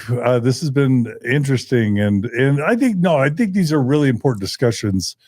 Really, I think what I want to say about season 3 of Secret Lives of Mormon Wives is that it's not becoming more superficial and less relevant to Mormons. And we kind of joked, not so Secret Lives of Not So Mormon, Not So Wives. But the truth is, the themes that are being discussed are core, serious, significant, pervasive Mormon themes. That's my takeaway. What are y'all's takeaway?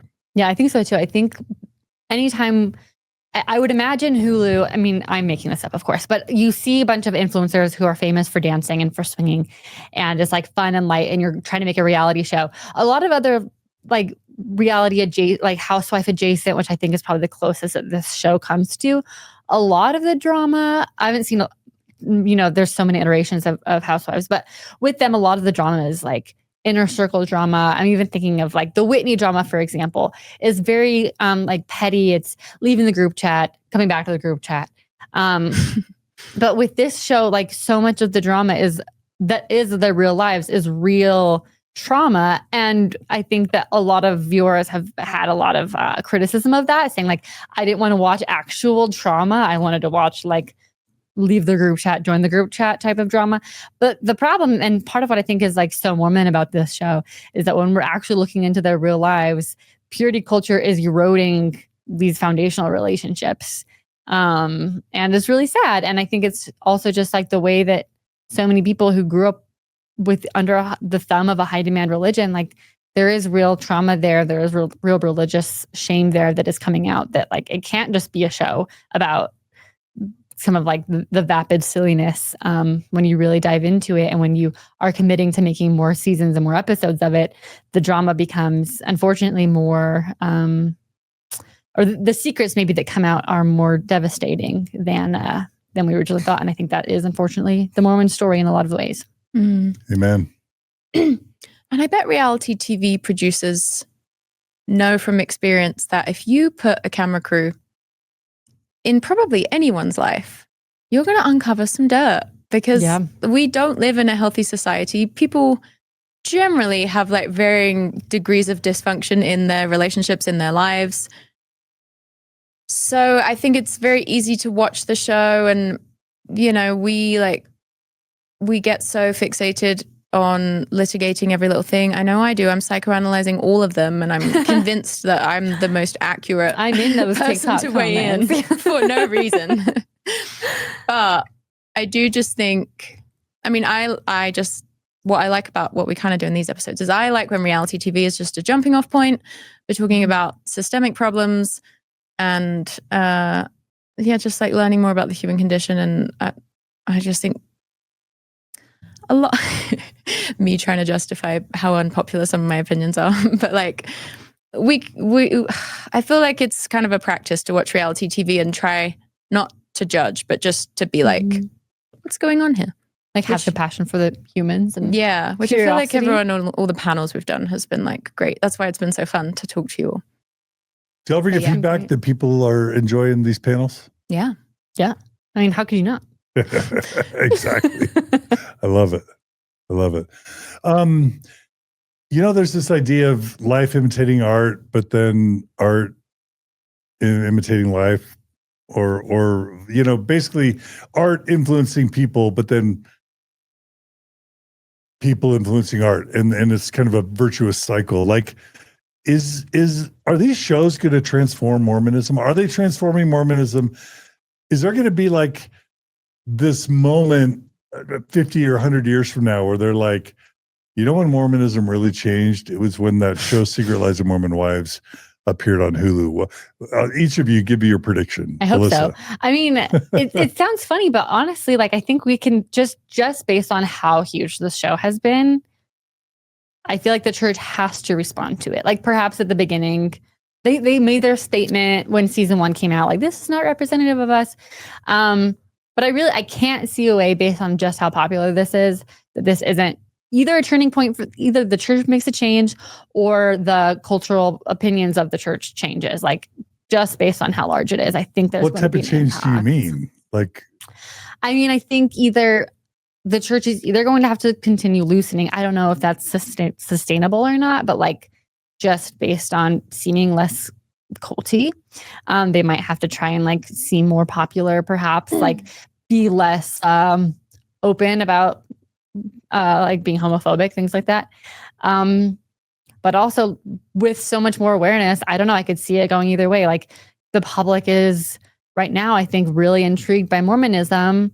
And once people start digging into it, what is the public perception going to be? I don't know. Perhaps they'll think they're cool and fun and sexy, like you were suggesting, or perhaps once more people are digging in, all of like the dark underbelly is uncovered, and like Mormonism is seen collectively as more dangerous than like the kind of goofy, funny Amish adjacent religion that people have presumed it to be. Because I don't know if this is adjacent to what you're saying, but like, all of these women are Ruby Franke's potentially waiting to happen, right? I mean, is that too dark? That might be harsh. Okay, that is harsh, but like, but at least like some sort of story, you know, like they're all famous. That's going to be known in some way. Maybe not. Hopefully not for for child abuse, but it's not so much. It's just fame. Fame is hard. Fame ruins people. Look at all the stars who implode with fame. All these women and men have become famous. They're household names across the world now. It's inevitable that there's going to be addiction, there's going to be abuse, there's going to be people breaking the law, and it's all going to be tabloid fodder. Didn't Chase get a DUI recently? That could be misinformation. But I just think, just because you mentioned Ruby Franke, and I'm like, that is like that feels like a deep case of psychopathy to be abusing children. Yes, I know she was also influenced by Jody. Bad example. So I'm wanting true crime, some type of true crime, right? And I mean, I guess Ruby Franke was definitely made vulnerable to Jody Hildebrandt style thinking because of Mormonism. But I mean, these women don't seem like they're going to go in that direction. That was an extreme example. I think your examples of like, addiction and infidelity, you know, all those I think are, but I just think child abuse is like such a specific. Well, like, one of the riskiest things the church has ever done is use celebrities to promote faithfulness, because pop stars and actors and entertainers and musicians, they leave the church. David Archuleta, Tyler Glenn, Dan Reynolds, like Mindy Gledhill, like, musicians leave the church en masse, and movie stars too. How many movie stars are ex-Mormon right now? Popular movie stars. Half a Dancing of the Stars cast is ex-Mormon. Am I wrong? Yeah, and I feel like it's because to be an artist, I mean, just thinking about the entertainment industry, it's like to be an artist, you have to, a good artist, you have to be able to connect with yourself. And so you can't just do that through Mormonism. Like, so the whole Mormon shtick is like, be psychologically dependent on our organization, and that's how you'll find happiness. But if people are wealthy or like they have an artistic career, like all those things are like, they're not dependent on Mormonism. Yeah. Any sort of like outside the Mormon perspective. I think these are PR disasters waiting to happen for the church, in my opinion. Yeah, I mean, anything having light shed on it. What? Anything that is brought into the light more, which even though the church wants to separate themselves from these women, it's like, these women are obviously bringing Mormon issues into the light. Yeah, they are, for sure. That's why. But they can just know true Scotsman fallacy themselves to the bitter end and be like, that's actually nothing to do with us, even though we made all of them. How many seasons do you predict, Alyssa? Ooh, I'm hoping like at least 9. They're doing 2 a year. I think most reality shows do 1 a year, so they're really pumping them out. Samantha? I hope to be on this Mormon Stories panel till retirement. We just keep going back. John's like, please stop making these. I'm so sick of talking about this. We won't stop. We're going to get worse every season in how much we care. How many other big issues are there to cover? So many. Yeah. Really? Name one I'm issue sure right now in the They've world. covered I can't think of any. patriarchy. They've covered LGBT stuff. They've covered, sexual shame. And come on. Well, it seems Drinking. They've covered, divorce and infidelity and swinging. I'd They've like to already see some covered more swinging. divorces. What? Like, are Mikayla and Jace going to stay together, or are they going to divorce? Jesse and Jordan. I don't know. I feel like No. I'm not having a whole drama. class I'm gets talking about divorced. like core Mormon I see. issues. Yeah. But like, for example, the Mikayla and Jace storyline that they've set up this season, it's like, well, now we know as the audience. So it's like you can either lie to us and pretend that it's got a bit better and just kind of try and let it fade into the background, or you're going to get divorced or something. And so we'll be like, yeah, you can't just like sex therapy your way out of incompatibility. Like that would be something that could potentially be shown. And we haven't talked about temple too much yet. Yeah. Temple rituals. Okay. That's still there. All right. Eternal child marriage. baptism. Yes. Does great ever point. want to choose How about to- like church history? Yeah. They haven't gotten into Joseph Smith and No, not at all. polygamy and But I would Brigham imagine Young and some of them sure have to, like Miranda. She's an ex-Mormon, as is Jesse. they haven't hit racism super hard yet. They've touched on it lightly. Yeah, lately. Yeah. Well, stay tuned, right? Stay tuned. Stay tuned. Yeah. Tune in. All right, Samantha, tell people all the ways they can pay you to fix their problems. Just like cash straight to my Venmo. Well, if you're interested in having a coach to support you in a lot of the stuff we've talked about today that you think I would be a useful coach in, it's SamanthaShelleyCoaching.com. I'm pretty passionate about relationships generally, I guess. I feel like that's sort of my main area of passion with coaching. And then I'm on Self on the Shelf everywhere, or on my personal socials at the Samspo. Is that what you meant? Yeah, perfect. Did I do something wrong? You know, trying funny. Nope. That was good. I was trying to spell Samspo, SAMSPO. Is that right? Yeah, which makes no sense.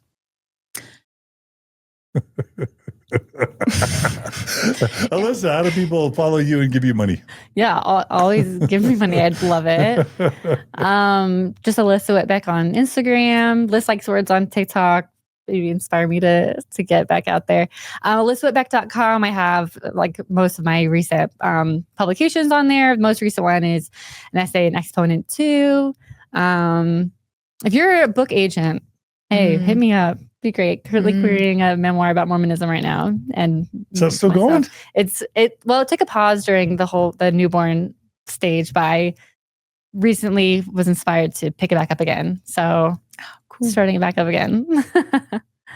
All right. Well, y'all are wonderful. We're sorry Haley Rawl of Girls Camp couldn't join us. We gave her too late notice, but we didn't want to let 3 weeks go by in the holidays. We simply couldn't. We couldn't. I was just busting at the seams to talk about this. Yeah, so we did it. So sorry.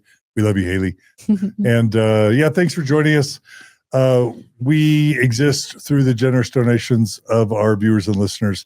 Thanks to everyone who donates to make this possible. If you don't donate and you value this type of content, you can support us at mormonstories.org/donate or mormonstories.org. Click on the donate button, become a monthly donor. It's tax deductible in the U.S. We're transparent in our finances, and we pay our talent. So Alyssa gets paid, Samantha gets paid, Julie gets paid, everyone gets paid. You get a car. No, but we can only do that when you donate. So please donate if you support this.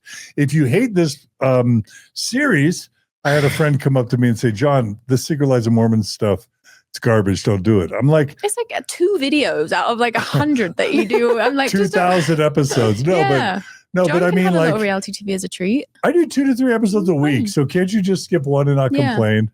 I think I think there's something what they're rejecting in those episodes. It's like it's triggering something in them personally. That's really useful data. That is useful data, especially by media that tends to be consumed mostly by women. Is there something there?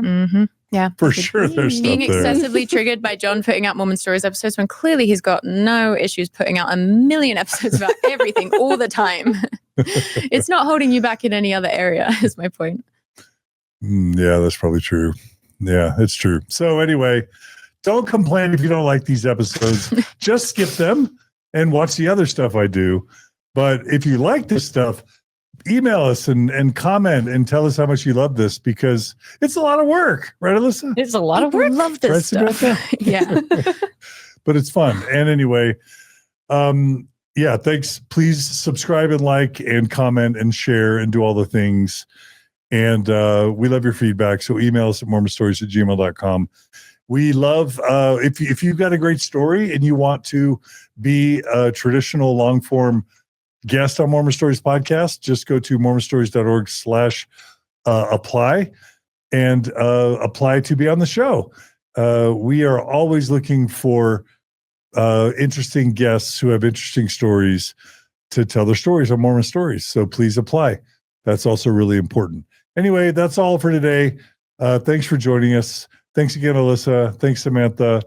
Thanks to Julia, who's handling our production. And also, we miss you, Brooklyn. We're sorry you weren't able to join us. You were such a star last time, Brooklyn. Again, we organized this too late, and Brooklyn wasn't able to join us. But Brooklyn, you do great work in the post-production. And we want Brooklyn back, right? Absolutely. Don't we want Brooklyn back? So I'm going to be in Devon in like a week. All right. Well, be good to each other. Be kind to each other. Be a peacemaker. Be a bridge builder. We'll see you all again soon on another episode of Mormon Stories Podcast. Take care, everybody.